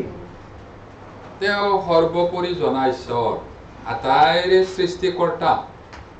মানুহে এতিয়ালৈকে কিজানি আটাইবোৰ বস্তু আৱিষ্কাৰ কৰিব পৰা নাই। চকুৰে দেখি পোৱা আৰু দেখি নোপোৱা আটাইৰে সৃষ্টিকৰ্তা ঈশ্বৰ। আৰু তেওঁ কি কৈছে, মই এই নিমিত্তে, কিয়নো এই সকলোকে মোৰ হাতে বনালে, এই সকলো হ'ল, ইয়াক ঈশ্বৰে কৈছে। কিন্তু এজন মানুহক, কোন হয়? দুখীয়া, ভগ্নচিতীয়া, মন ভাঙি যোৱা আৰু ঈশ্বৰৰ কথাটো শুনি ভয় খোৱা মানুহ, তেনেকুৱা মানুহক মই চাম, মই মৰম কৰিম, সেইটো কৈছে, দৃষ্টি কৰিম। তেতিয়াহ'লে মহান ঈশ্বৰে সাধাৰণ আমাৰ নিচিনা মানুহকো তেওঁ যত্ন লয়। আমি যদি তেওঁক সঁচাকৈ নম্ৰতাৰে বিচাৰো, তেওঁ আমাৰ ওচৰত। যিসকল আত্মাত দৰিদ্ৰ তেওঁলোক ধন্য হয়, কাৰণ তেওঁলোক ঈশ্বৰৰ পৰা বিনামূলীয়াকৈ অনন্ত পৰিত্ৰাণ লাভ কৰাৰ পিছত স্বৰ্গ ৰাজ্যৰ উত্তৰাধিকাৰী হয়। আত্মাত দৰিদ্ৰ মানুহবিলাক বহুত ভাগ্যৱান। মই দেখিছো কিছুমান বহুত ধনী মানুহ হ'লেও ইমান কোমল, কল্পনাও কৰিব নোৱাৰো। মই তেতিয়া ভাবো আমাৰ দেশত এনেকুৱা ধনী হ'লে জানো আমি কাক চাপিব পাৰিম, এনেকা বুলি ভাবো। ইমান কিমান ধনী হ'ব লাগিব নিজৰ টকাৰে গোটেই পৃথিৱীত মিটিঙত গ'লে। এইবাৰ মিটিংটো বোলে লণ্ডনৰ হ'ব, নিজৰ খৰচত যাব লাগিব। এইবাৰতো বোলে আমেৰিকাতহে হ'ব, নিজৰ খৰচত যায়। আকৌ এইবাৰ বোলে টকিঅ'তহে হ'ব। তেতিয়া কিমান মহান হ'ব লাগিব। কিন্তু ইমানেই কোমল, আপোনালোকেও দেখিলে গম নাপাব সি ইমান ধনী মানুহ। ঈশ্বৰৰ বাক্য শিকা মানুহবিলাকো ছাৰ্ভিচ কৰে। আপোনাক মই কি সেৱা কৰিব পাৰোঁ, পানী ভগাই দিয়ে, কিবা ভগাই দিয়ে, এনেকুৱা যত্ন। আৰু যাব লগা সময়ত মাফ কৰিব, আপোনালোকৰ শুশ্ৰূষা কৰিব নোৱাৰিম, মই এসপ্তাহ মিটিঙত যাম, এনেকুৱা। কিমান কোমল। এনেকুৱা আত্মা দৰিদ্ৰ হোৱাৰ কাৰণে পৰিত্ৰাণটো পায়।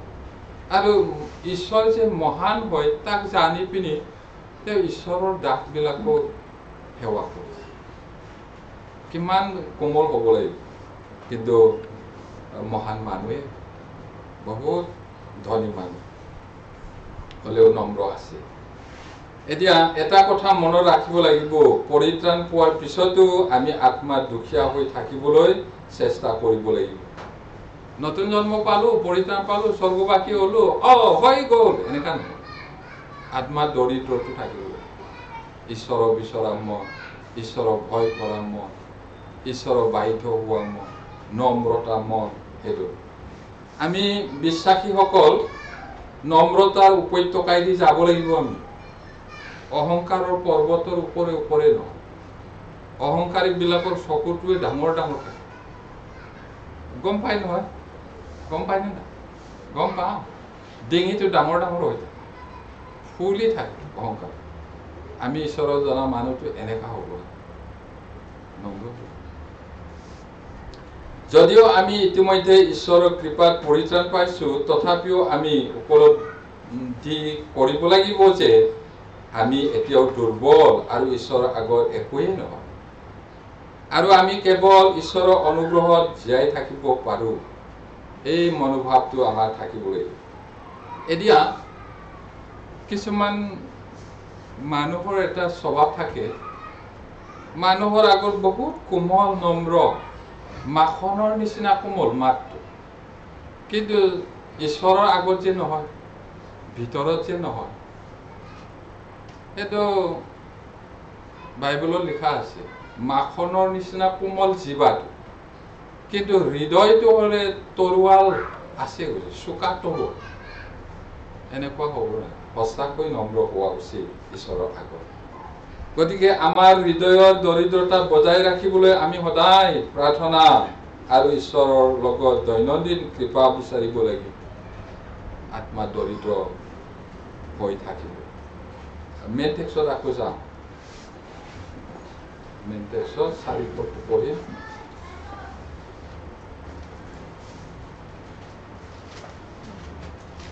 পাঁচ অধ্যায় 3 পদটো কলো যে 4 পদ ভোগ কৰাবিলাক ধন্য কিয়নো তেওঁবিলাকে সান্তনা পাব এতিয়া খ্ৰীষ্টিয়ান হোৱাৰ কাৰণে ঈশ্বৰৰ কামৰ কাৰণে দুখ কষ্ট পাইছে নেকি ঠাট্টা নিন্দা পাইছে নেকি অসুবিধা হৈছে নেকি কামৰ পৰা খেদা খাইছে নেকি পিছত এই সকলোৰ পৰা সান্তনা পাব প্ৰভুৱে 100 গুণ দিব বুলি কৈছে এনে ভোগ কৰা মানুহ কেনেকৈ আশীৰ্বাদ পাব জগতে এই জগতৰ মানুহ পৃথিৱীৰ মানুহে কোনোবা যদি ভোগ কৰি আছে দুখ কৰি আছে কান্দি আছে উপায় নাই কি আশীৰ্বাদ পাব কিন্তু ঈশ্বৰে তাৰ বিপৰীতটো কৈছে ভোগ কৰাবিলাক ধন্য ভোগ কৰা সকলে যে সুখী এই পৃথিৱীৰ যুক্তি আৰু দাবীৰ পৰা পৃথক এই পৃথিৱীয়ে কোৱা বা এই পৃথিৱীৰ মানুহে কোৱাৰ পৰা পৃথক হয় বেলেগ সকলো ঠাইতে আৰু সকলো যুগত মানুহে ভাবে যে ধনী আৰু আনন্দময় লোকসকল সুখী যুগে যুগে মানৱ ইতিহাসত যিবিলাক ধনী যিবিলাক আনন্দ কৰি আছে তেওঁবিলাকে সুখী বুলি ভাবে বাইবেলে কৈছে আকৌ ভোকত থকা মানুহবিলাক ধনী এতিয়া কিন্তু খ্ৰীষ্টই কৈছিল যে আত্মা দৰিদ্ৰ আৰু ভোগ কৰা সকল ধন্য পৃথিৱীৰ পৰা বেলেগ ইয়াত ভোগ বুলি কোৱা হৈছে আত্মিক ভোগ কোনোবাই চুৰ কৰাৰ কাৰণে মাৰ খাই হাত চাত ভাঙি কান্দি থকাটো এইটো তাৰ পাপৰ কাৰণে দুষ্টতাৰ কাৰণে এতিয়া ইয়াৰ ভোগ মানে কি আকৌ তেতিয়াহ'লে আপুনি খ্ৰীষ্টিয়ান হোৱাৰ কাৰণে কষ্ট পাইছে ভোকত আছে মাৰ খাইছে যীশুৰ কাৰণে ভোগ কৰিছে তেওঁবিলাক আশীৰ্বাদ পাব সেইটোৱে বিবেচনা কৰা যাওক আত্মা দৰিদ্ৰসকল দেখাত দুখীয়া নাছিল কিন্তু আত্মাত দুখীয়া আছিল তেওঁলোক এনেকুৱা মানুহ যিয়ে উপলব্ধি কৰে যে তেওঁলোক জন্মৰ পৰাই আত্মিক দেউলীয়া আৰু ঈশ্বৰৰ আগত তেওঁলোক আত্মিক ভিখাৰী দেখাতো দুখীয়া নহয় আত্মাতহে দুখীয়া তেওঁলোক একেবাৰে আত্মিক বিষয়ত একোৱে নাই এই বুলি ভিখাৰীৰ নিচিনা ঠিক তেনেদৰে ভোগ কৰা ব্যক্তি হ'ল এনে এজন ব্যক্তি যিয়ে নিজৰ পাপৰ গভীৰভাৱে উপলব্ধি কৰে আৰু পৰিত্ৰাণৰ আগতে নিজৰ হৃদয় সঁচাকৈয়ে ভোগ কৰে হাই হাই মই এনেকুৱা পাপী মোৰ একো উপায়ে নাই এই বুলি ভোগ কৰা আৰু তেনেকুৱা মানুহবিলাকে ধন্য লোক আৰু প্ৰভুক পোৱাৰ পিছতো ধাৰ্মিকতাৰ কাৰণে বিশ্বাসৰ কাৰণে যদি ভোগ কৰিব লগা হয় ধন্য লোক সান্তনা পাব ঈশ্বৰে সান্তনা দিব ভোগ বোলে যেতিয়া এজন ব্যক্তিয়ে নিজৰ পাপৰ বাবে গভীৰভাৱে দুখী আৰু বেদনাদায়কভাৱে দুখী হয় ভোগ কৰা নিজৰ পাপৰ কাৰণে বহুত দুখী হোৱা কষ্ট পোৱা ভোগ কৰা ইয়াৰ দ্বাৰা তেওঁলোকৰ পাপৰ বাবে ভোগ আৰু দুখী হোৱাক বুজোৱা হয় যিবোৰ সকলো দুৰ্ভাগ্যৰ কাৰণ তেওঁ ভোগ হৈছে নিজৰ আত্মা যে দুৰ্বিষহ অৱস্থাত আছে এই কথা উপলব্ধি কৰি ঈশ্বৰৰ পৰা পৰিত্ৰাণ বিচৰাৰ আন্তৰিক ইচ্ছা মোৰ অৱস্থা এনেকুৱা মোৰ আত্মাৰ অৱস্থা এনেকুৱা মই ঈশ্বৰক বিচাৰিব লাগিব মই ঈশ্বৰক কেনেকৈ পাম কোনটো সত্য ঈশ্বৰ তেনেকুৱা হাবিয়াহী মন অনুসন্ধিৎসু মন বিচৰা মন তেওঁবিলাক ধন্য তেওঁলোকে পায় সঁচাকৈ যি মানুহে সত্যক পাবলৈ আপ্ৰাণ চেষ্টা কৰে কোনোবা নহয় কোনোবা এদিন সত্যক লগ পায় যিসকলে নিজৰ পাপৰ পৰা সঁচাকৈয়ে অনুতাপ কৰে আৰু ঈশ্বৰৰ দয়া লাভ কৰিবলৈ ভোগ কৰে তেওঁবিলাক ধন্য ইয়াতে আমি পালো 4 পদত এতে যেটো আমি পঢ়িছিল আমি পৰিত্ৰাণ পোৱাৰ আগতে চিন্তা কৰো আমি পৰিত্ৰাণ পোৱাৰ আগত কেনেকুৱা আছিলে তাক অকণমান চিন্তা কৰোঁ। নিজৰ পাপৰ বাবে অনুতাপৰ হৃদয় অবিহনে আমি কেতিয়াও ঈশ্বৰৰ পৰা প্ৰকৃত শান্তি লাভ কৰিব নোৱাৰোঁ। নিজৰ পাপৰ কাৰণে যদি গভীৰভাৱে চিন্তা কৰা নাই বা দুখ পোৱা নাই, তেনে মানুহে পৰিত্ৰাণ নাপায়। মানুহবিলাক বহুতে ঈশ্বৰৰ বাক্যটো শুনে কিন্তু পৰিত্ৰাণ নাপায়। কাৰণটো কি? নিজে যে পাপী হয় আৰু পাপীৰ পৰিণামটো কি ভয়ানক হয় এইটো গভীৰভাৱে নাভাবে, সেইটো কাৰণে নাপায়। পৰিত্ৰাণ পাবলৈ হ'লে নিজৰ পাপ অৱস্থাটো পাক্কা জানিব লাগিব, তেতিয়াহে নহ'লে নাপায়। এতিয়া যিসকলে নিজৰ পাপৰ দুখত ভুগি পাপৰ পৰা পৰিত্ৰাণ পাবলৈ চেষ্টা কৰে, তেওঁলোকেহে ঈশ্বৰৰ পৰা প্ৰকৃত শান্তিটো লাভ কৰিব পাৰে।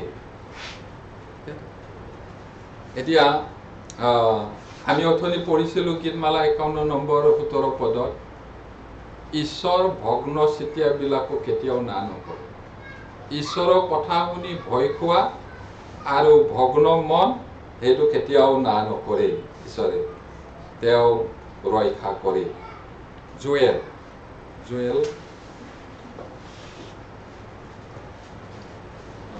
ভাৱবাদী 2 অধ্যায় 13 পদ, এইটো 9:9:2 9:9:1 আধা, 9:9:2 ইয়াত আধা আছে। 2 অধ্যায় 13 পদ জুৱেল 9:9:1 পৃষ্ঠাত পঢ়ে। আৰু তোমালোকৰ বস্ত্ৰ নিচিৰি মনহে চিৰি তোমালোকৰ ঈশ্বৰ জীৱলৈ ঘূৰা, কিয়নো তেওঁ কৃপাময় আৰু স্নেহময়, ক্ৰোধহীন আৰু দয়াত মহান আৰু মংগলৰ পৰা নিজকে ঘূৰাওঁতা। এতিয়া চাওকচোন, কাপোৰ ফালিব নালাগে কৈছে। যিহুদীবিলাকে কিবা এটা দুখ কৰিলে কাপোৰ ফালি দিয়ে, মূৰত চাই লয়। এতিয়া ঈশ্বৰে কি কৈছে? তোমালোকে তোমালোকৰ বস্ত্ৰ নিচিৰি, কাপোৰটো ফালিব নালাগে কৈছে, মনটোহে ফালি পিনি তোমালোকৰ ঈশ্বৰৰ ওচৰলৈ ঘূৰা, কিয়নো তেওঁ কৃপাময়, ঈশ্বৰ দয়ালু, কৃপালু, স্নেহময় আৰু খঙত ধীৰ, ক্ৰোধত ধীৰ, দয়াত মহান, আৰু তেওঁ অমংগলৰ পৰা নিজকে ঘূৰাওঁতা। অমংগল কৰিম বুলি ক'লেও মন পালতালে অমংগলৰ পৰা ঘূৰে আহে। নিনবী মহানগৰ ধ্বংস কৰিম বুলি কৈছিলে, মন ঘূৰা, ধ্বংস কৰা। সেইদৰে কাপোৰ ফালিব নালাগে বোলে। যিহুদীবিলাকে কিবা এটা হ'লে মানে কাপোৰটো ফালি দিয়ে। সৰ্বোপৰি ঈশ্বৰৰ নামত শপত দি তোমাক কৈছো, তুমি ঈশ্বৰৰ পুত্ৰ হোৱা নে বুলি যীশু সুধিছে। যীশুৱে যদি নহওঁ বুলি কৈ মিছলীয়া হ'বনে নাই? তুমিয়ে কৈছা। কি সাক্ষীৰ প্ৰয়োজন আছে আৰু আমাৰ? সি নিজেই কৈছে, কাপোৰটো ফালি দিব। কাপোৰ ফলাটো বহুত ভয়ানক হয়। কাপোৰ ফালিব নাপায়। সিহঁতে মহাপুৰোহিতে কাপোৰটো ফালি দিছে। এইদৰে কৰাৰ কাৰণে সিহঁতে কিজানি সময়ে সময়ে এইবোৰ কৰি থাকে। সেইকাৰণে ঈশ্বৰে কৈছে কাপোৰ ফালিব নালাগে, মনটো ফালা, মন পালতাই ঘূৰি আহা। মন পালত বহুত গুৰুত্বপূৰ্ণ। এতিয়া এইদৰে মনটো চিৰি মন পালতাই ঈশ্বৰৰ ওচৰলৈ ঘূৰি আহিলে অমংগলৰ পৰা ঘূৰিব ঈশ্বৰে আৰু তেওঁক আশীৰ্বাদ দিব। ভোগ কৰাবিলাক সান্তনা পাব। 2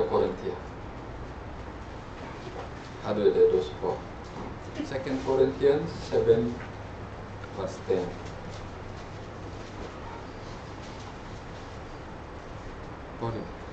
কাৰণ ঈশ্বৰৰ ইচ্ছাৰ দৰে হোৱা মনোযোগে পালতিব নলগা পৰিত্ৰাণলৈ মন পালন কৰায়, কিন্তু সাংসাৰিক মনোযোগে মৃত্যু সাধন কৰায়। এতিয়া ঈশ্বৰক বিচাৰি মন দুখ কৰিলে এইটো মন পালতিব নলগাটোকো মন পালতাবলৈ দিব। এইটো সাংসাৰিক চিন্তা ভোগ যদি কৰে এইটো মৃত্যুহে ঘটাব। ঈশ্বৰৰ ইচ্ছাৰ পৰা যদি হয় এইটো মন পালতাব, ঈশ্বৰৰ পৰা আশীৰ্বাদ পাব। এই সংসাৰৰ কাৰণে যদি হয় এইটো মৃত্যু ঘটাব। এতিয়া পিতৰে কি কৰিছিলে? যীশুক মই নাজানো, চিনি নাপাম বুলি কোৱাৰ পিছত যীশুৱে চাইছে তাৰ চেহেৰা। কি কৰিলে? ওলাই গৈ এনেকে কান্দিলে, কৈছে বহুত তিক্ততাৰে কান্দিলে, নহয় জানো? যীশুৱে ক্ষমা কৰিলে। আৰু ইস্কৰিয়তীয়া যিহুদাটো টকা পইচাৰ কাৰণে যীশুক বিক্ৰী কৰি দিলে। এতিয়া সঁচা মন নাপালো তালে সি সংসাৰৰ মই কেলে তেওঁক বিক্ৰী কৰিলো এই বুলি ফাঁচি লগাই মৰিবলৈ দিলে, মৃত্যু হ'ল। সি ভাবিছিলে যীশুক বিক্ৰী কৰিলে মালামাল হম বুলি, কিন্তু নিজকে নৰকলৈ অনন্ত কালৰ কাৰণে বিক্ৰী কৰিলে। এইটো সাংসাৰিক দুখ। এতিয়া মানুহে লাভ কৰিব পৰা সৰ্বোচ্চ আৰাম হৈছে যীশুৰ অনন্ত মুক্তিৰ পৰা পোৱা ঈশ্বৰৰ অনুগ্ৰহ। বিনামূল্যে বিনা দামে সেইটো পাব পাৰি। যিয়ে নিজৰ পাপৰ বাবে সঁচা অৰ্থত শোক নকৰে তেওঁ ঈশ্বৰৰ পৰা পাপৰ ক্ষমা আৰু পৰিত্ৰাণৰ সান্তনাৰ যোগ্য নহয়। সঁচা যদি মনোযোগ নহয়, ভোগ নকৰে, মন নাপালতাৰ ঈশ্বৰৰ পৰা পোৱাৰ যোগ্য নহয়। আমি নিজৰ পাপ আৰু ভাগ্যৰ ভোগ কৰি ঈশ্বৰৰ সান্তনা লাভ কৰিব পাৰো। নিজৰ পাপ আৰু ভাগ্যৰ ভোগ কৰি ঈশ্বৰৰ পৰা সান্তনা লাভ কৰিব পাৰো। আমি ইতিমধ্যে জানো যে যিসকলে ঈশ্বৰৰ পৰা প্ৰকৃত সান্তনা লাভ কৰিছে তেওঁলোকেহে ঈশ্বৰৰ ৰাজ্যত প্ৰৱেশ কৰিব পাৰে। সঁচাকৈ পৰিত্ৰাণ পোৱা মানে সান্তনা পালো আৰু তেওঁলোকেহে স্বৰ্গত সোমাব পাৰিব। আৰু কিবা এটা মনত ৰখাৰ কথা আছে, আমাৰ খ্ৰীষ্টিয়ান জীৱনতো সুখ আৰু সান্তনা আছে। পৰিত্ৰাণ পোৱাৰ পিছতো আমাৰ শৰীৰত এতিয়াও থকা আমাৰ পাপী স্বভাৱৰ বাবে আমি পাপ কৰো। পৰিত্ৰাণ পালেও পাপ স্বভাৱটো ধুই পখালি চাফা কৰা। পৰিত্ৰাণ পালো, আমাৰ পাপটো অনন্ত কালৰ কাৰণে ক্ষমা কৰিলে, কিন্তু পাপ স্বভাৱে সৈতে এই জগতত জীয়াই থাকিবলৈ ঈশ্বৰে দিছে, যাতে আমি পাপৰ প্ৰলোভন, পাপ স্বভাৱটো জয় কৰি কৰি জয়যুক্ত বিশ্বাস জীৱন যাপন কৰিব পাৰো আৰু এইদৰে যেন তেওঁৰ পৰা আশীৰ্বাদ লাভ কৰো, সেইটো তেওঁৰ ইচ্ছা। অৰ্থাৎ আমি যেতিয়া ভোগ কৰো আৰু পাপক জয় কৰো তেতিয়া ঈশ্বৰৰ সান্তনা থাকে। আমাৰ বিশ্বাস জীৱনত দুখ কষ্ট আছে, সমস্যা আছে, সেইবোৰ আমি পাৰ হ'ব লাগিব প্ৰভুৰ শক্তিৰে, জয়ী হ'ব লাগিব, তেতিয়া তেওঁ আমাক আশীৰ্বাদ কৰিব। আৰু আমি জানো যে আমাৰ খ্ৰীষ্টিয়ান জীৱনত বহুতো কষ্ট আৰু অসুবিধা আছে। সেই সময়ত আমি ঈশ্বৰৰ আগত গমনীয়া কাঢ়ি ভোগ কৰো, কিন্তু সেই মুহূৰ্ততো ঈশ্বৰৰ সান্তনা আছে। আমি জানো যে পৰিত্ৰাণৰ পিছতো ভোগ কৰা সাধুসকলে সান্তনাদাতা পবিত্ৰ আত্মাৰ পৰা সান্তনা পাব অব্যাহত থাকিব। খ্ৰীষ্টিয়ান জীৱনটো হ'ল যুদ্ধময় জীৱন। কিছুমানে প্ৰচাৰ কৰে, আপোনালোকেও শুনিছে, যীশু বিশ্বাস কৰা সকলো সমস্যা সমাধান হ'ব, যীশু বিশ্বাস কৰা সকলো বেমাৰ ভাল হ'ব। আছে জানো বাইবেলত? তেওঁলোকে ক'ৰ পৰা কৈছে মই নাজানো। যীশুৱে কি কৈছে? জগতত তোমালোকৰ ক্লেশ আছে, কিন্তু নিৰ্ভয় হোৱা কাৰণ ময়ে জগতক জয় কৰিম। কেতিয়াও যীশুৱে কোৱা নাই বেমাৰ নহ'ব, কেতিয়াও যীশুৱে কোৱা নাই অভাৱ নহ'ব, দুখ কষ্ট মাৰ কিল খাব, সেইটোৱে কৈছে। যিজনে 14খন বাইবেল লিখিলে, সেই পৌল বেমাৰ, চকুতো মৰিব নোৱাৰে, গাৰ পৰা দুৰ্গন্ধ ওলায়, টকা পইচাৰ অভাৱ, মাৰ খায়, খেদা খায়, তেতিয়াহ'লে তেওঁ হাৱে পোৱা আছিল নেকি? নহয়। যিজনৰ ফুলাম গামোচা বা গামোচাটো বেমাৰীৰ তাত লৈ গৈ দিলে মানে ভাল হয়, নিজৰটো ভাল নহয়। পৌলে প্ৰাৰ্থনা কৰিছিলে নহয় জানো? 3 বাৰ প্ৰাৰ্থনা কৰিছে, মোক মোৰ শৰীৰৰ শয়তান দিয়া আছিল, অলপমান অহংকাৰটো আহিলে ঘোচা মাৰি দিয়ে হয়, নম্ৰ হয়, বেমাৰটো উঠে। আৰু তিমথি পেট বিষ আছিলে, এইটো কেতিয়াও দুখ কষ্ট নহ'ব বুলি কোৱা নাই প্ৰভুৱে, দুখ কষ্ট আছেহে কৈছে, কিন্তু ভয় কৰিব নালাগে, মই জয় কৰিলো, সেইটোৱে কৈছে প্ৰভুৱে। এতিয়া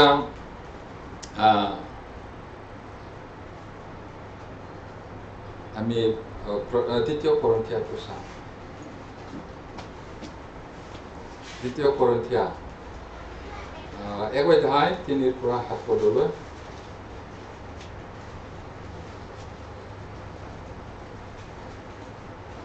মই 3 পদটো পঢ়িছো, 7 পদলৈ যাম।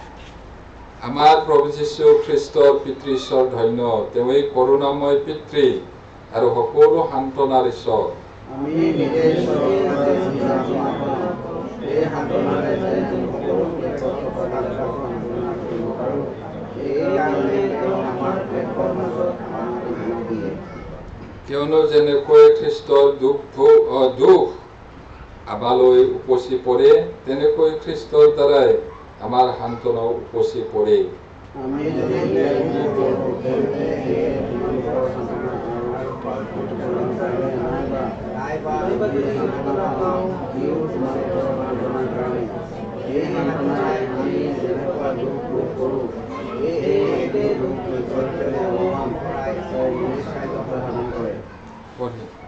আৰু তোমালোক যেনেকৈ দুখভোগত তেনেকৈ সান্তনাৰো সহভাগী বুলি জানি তোমালোকৰ অৰ্থে আমাৰ আশা স্থিৰ হৈছে। ইয়াতে আমাৰ ত্ৰাণকৰ্তা প্ৰভু যীশু খ্ৰীষ্টৰ পিতৃ ঈশ্বৰ ধন্য। আমাৰ ঈশ্বৰ কেনেকুৱা ঈশ্বৰক আমি সেৱা কৰিছো জানা উচিত প্ৰিয়সকল। ঈশ্বৰক ভালকে নাজানিলে আপুনি ভাল খ্ৰীষ্টিয়ান জীৱন যাপন কৰিব নোৱাৰিব। কেনেকুৱা হয় বাইবেলৰ ঈশ্বৰ, কেনেকুৱা হয় আমি সেৱা কৰা ঈশ্বৰ?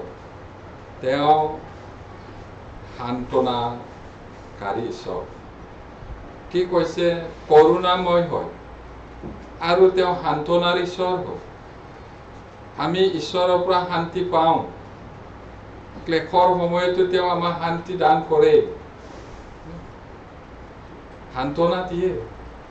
খ্ৰীষ্টৰ দুখ ভোগটো উপচি পৰিছে যদি সান্তনা শান্তিও উপচি পৰিব।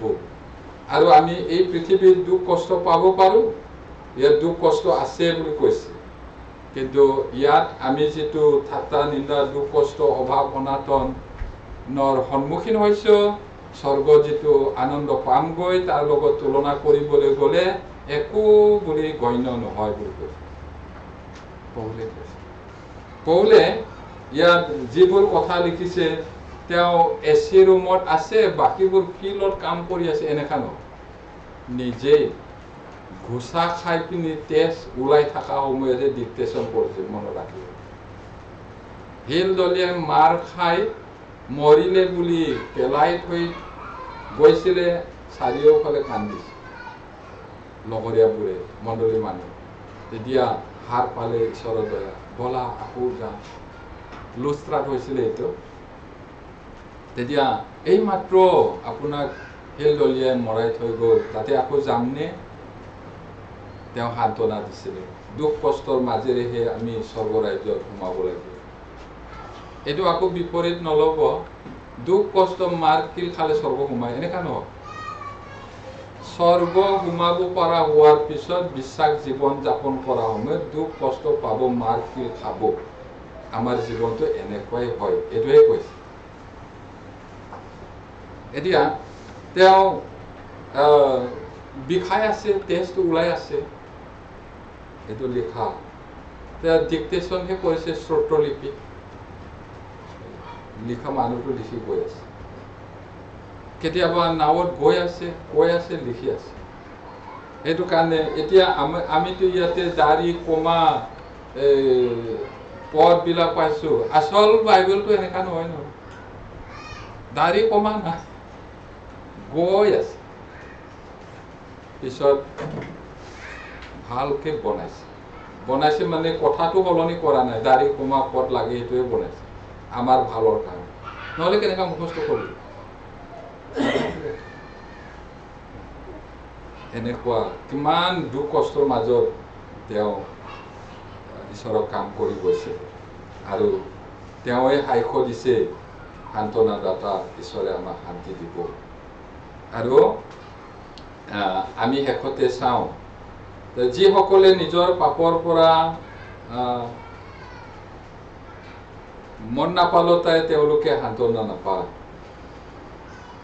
তেওঁলোকে ইয়াতো দুখ পাব আৰু সিফালেও দুখ পাব এতিয়া যিবিলাক কঠিন মন তেওঁবিলাকে সান্তনা নাপাব আশীৰ্বাদ নাপাব ৰোমিয়া 2:5 Romans 2:5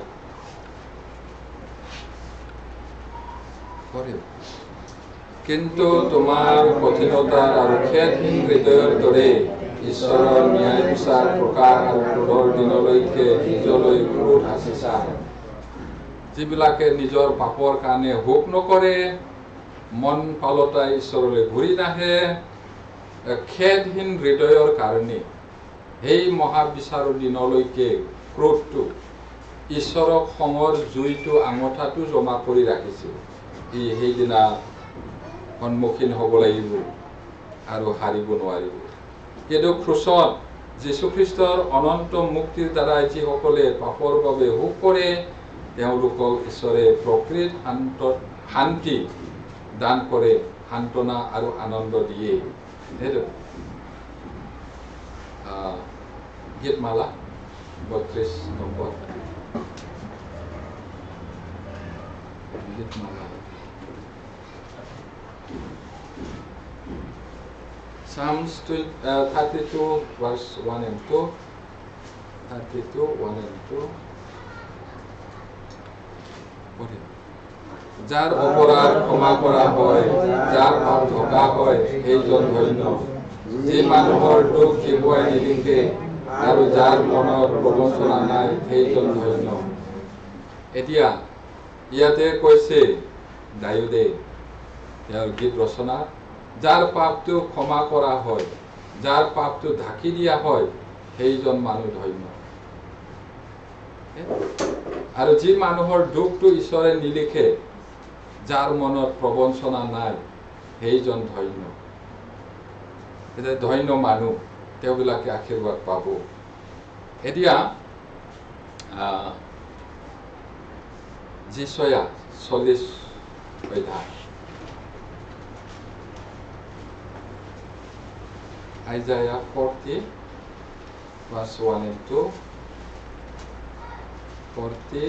40 1-2 পদ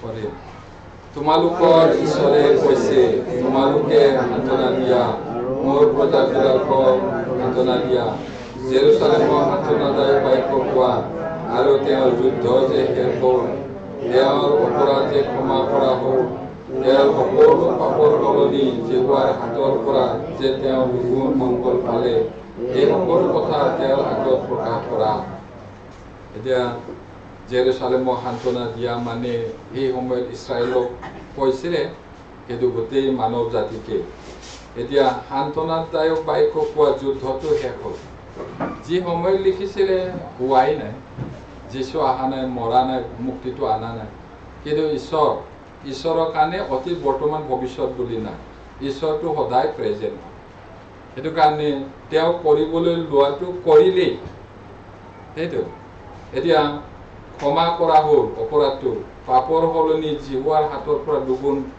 মূল্য পালে আমাৰ পাপটো যদি 1 লাখ আছিলে প্ৰভু যীশুৱে 2 লাখ মানৰ দাম দিলে আৰু আমাৰ মুক্তিটো তেওঁ আনিলে সেইটো এতিয়া আমাৰ হাতত চূড়ান্ত আৰাম বাকী আছে এতিয়া আমি সম্পূৰ্ণ আৰামটো পোৱা নাই পৃথিৱী এই পৃথিৱীৰ পৰা যেতিয়া যাম আৰু স্বৰ্গত গৈ পাম, তেতিয়া আনন্দটো কেতিয়াও অন্ত নপৰিব। এনেকুৱা দিন আমাৰ বাবে আহি আছে। এই পৃথিৱী এৰিলে আমি লাভ কৰা শেষ সান্তনাটোৱেই হৈছে সেইটো। তেতিয়া আমাৰ দুখ আৰু হুমুনিয়া চিৰদিনৰ বাবে নাইকিয়া হৈ যাব। আমাৰ আটাইৰে সকলো ঈশ্বৰে মুচি গুচাব। সকলো মুচি গুচাব। ৰুমাল লৈ পিনি চব তাত যাব নেকি এটা এটা? কেনেকা ভাবে? আটাই সকলো মুচি গুচাব গৈছে। ফুলাম গামোচা ল'ব না ৰুমাল ল'ব? কথাটো কি হয়? তাত দুখ কষ্ট নাই। এজন এজন গৈ পেলাই মোচাটো পোৱা নাই। তাত আৰু মৃত্যু নাই, বেদনা নাই, বিদায় নাই, চকু পানী নোলায়। আনন্দ, কেৱল আনন্দ, অন্তহীন আনন্দ। আমি যেতিয়া তাত পামগৈ, তেতিয়া আমি গম পাম। ভৱিষ্যতে আমি যি স্বৰ্গত প্ৰৱেশ কৰিম, তাত আৰু সুখ নাথাকিব, আৰু কেৱল ঈশ্বৰৰ চিৰকলীয়া শান্তি আৰু আৰাম।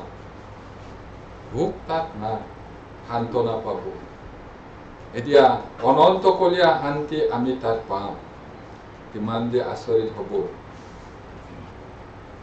প্ৰকাশিত বাক্য একেবাৰে শেষত 21 অধ্যায় 3-4 পদ। 3-4 পদ। পাছে মই সেই সিংহাসনৰ পৰা এই মহাকাশী বাণী শুনিলোঁ, চোৱা, মানুহবিলাকৰ সহিত ঈশ্বৰৰ নিবাস, আৰু তেওঁবিলাকৰ সহিত তেওঁ নিবাস কৰিব। তেওঁবিলাক তেওঁৰ লোক হ'ব, আৰু ঈশ্বৰ নিজে তেওঁবিলাকৰ সংগী হৈ তেওঁবিলাকৰ ঈশ্বৰ হ'ব, আৰু তেওঁবিলাকৰ চকুৰ পৰা আটাই চকুৰো মুচি গুচাব। তাতে মৃত্যু আৰু নহ'ব, ভোক বা ক্ৰন্দন আৰু বেদনাও আৰু নহ'ব, প্ৰথমবোৰ গুচি। ইমান আনন্দদায়ক বিষয়। এনে মহা আকাশিক বাণী যোহনে শুনিছিলে, মানুহবিলাকৰ লগত ঈশ্বৰৰ নিবাস। মানে যিবিলাক পৰিত্ৰাণ পোৱা মানুহ, তেওঁবিলাকৰ লগত ঈশ্বৰ থাকিব, আৰু তেওঁবিলাকেও ঈশ্বৰৰ লগত থাকিব, একেলগে থাকিব। আৰু তেওঁবিলাক ঈশ্বৰৰ মানুহ হ'ব, আৰু ঈশ্বৰ তেওঁলোকৰ পিতৃ হ'ব। তেওঁলোকৰ লগত সদায় থাকিব, আৰু আটাই সকলো মুচি গুচাব। ইয়াতে মৃত্যু আৰু নহ'ব, ভোক, ক্ৰন্দন, বেদনা আৰু নহ'ব। তাত এনেকুৱা আচৰিত। এতিয়া আজি আমি কি শিকিলো? পৰ্বতত দিয়া আমাৰ ত্ৰাণকৰ্তা প্ৰভু যীশুৰ শিক্ষা। ইয়াৰে কথাটো কি হয় বুলি ক'লে, সেই পৰ্বতত যেতিয়া মচিয়ে বিধান ল'বলৈ গৈছিলে, বিজুলী, ঢেৰেকনি আৰু তুৰী বাদ্যৰ মাত মানুহে সহ্য কৰিব নোৱাৰিছিল, যাব নোৱাৰে। সকলো মানুহ যাব নোৱাৰে, মৰিব। কিন্তু প্ৰভু যীশুৱে যি পৰ্বতত শিক্ষা দিছিলে, উপদেশ দিছিলে, তাত আটাইবোৰ মানুহকে মাতিছে। যিমানে আহিব বিচাৰে এই পৰ্বতত কোনো বাধা নাই, আহিব পাৰে। এতিয়া আত্মাত দৰিদ্ৰবিলাক ধন্য, তেওঁবিলাক তৃপ্তি লাভ কৰিব। আৰু যিবিলাক ভোগ কৰে, তেওঁবিলাক সান্তনা পাব, আৰু স্বৰ্গত কোনো দুখ কষ্টটো নহ'ব। এতিয়া পৰ্বতত বিধানটো দিছিলে, আৰু সেই পৰ্বতত আমাৰ প্ৰভু যীশুৱে বিধানটো ব্যাখ্যা কৰিছে। এইটো কথা আমি চাইছোঁ। আৰু আমি নম্ৰতাৰ উপত্যকাইদি যাব লাগিব। উপত্যকা মানে সমান জাগা, সেইটোত যাব লাগিব। অহংকাৰৰ পৰ্বতৰ ওপৰে গ'লে আশীৰ্বাদ নাপাব। এইটো সমান জাগা যাব লাগিব, নম্ৰ কোমল হ'ব লাগিব ঈশ্বৰৰ আগত। ঈশ্বৰে আটাইকে আশীৰ্বাদ কৰক, প্ৰাৰ্থনা কৰিম। স্বৰ্গত থকা মহান পিতৃ ঈশ্বৰ, তোমাক ধন্যবাদ দিওঁ তোমাৰ আচৰিত বাক্যবোৰৰ কাৰণে। আত্মাৰ দৰিদ্ৰবিলাক ধন্য, তেওঁবিলাকে তৃপ্তি লাভ কৰিব, আৰু যিবিলাক ভোগ কৰে সান্তনা পাব, এই সকলো বাক্যবোৰৰ কাৰণে ধন্যবাদ। শুনা আটাইকে তুমি আশীৰ্বাদ কৰিবা, প্ৰাৰ্থনা আজি নামত খুজিছোঁ।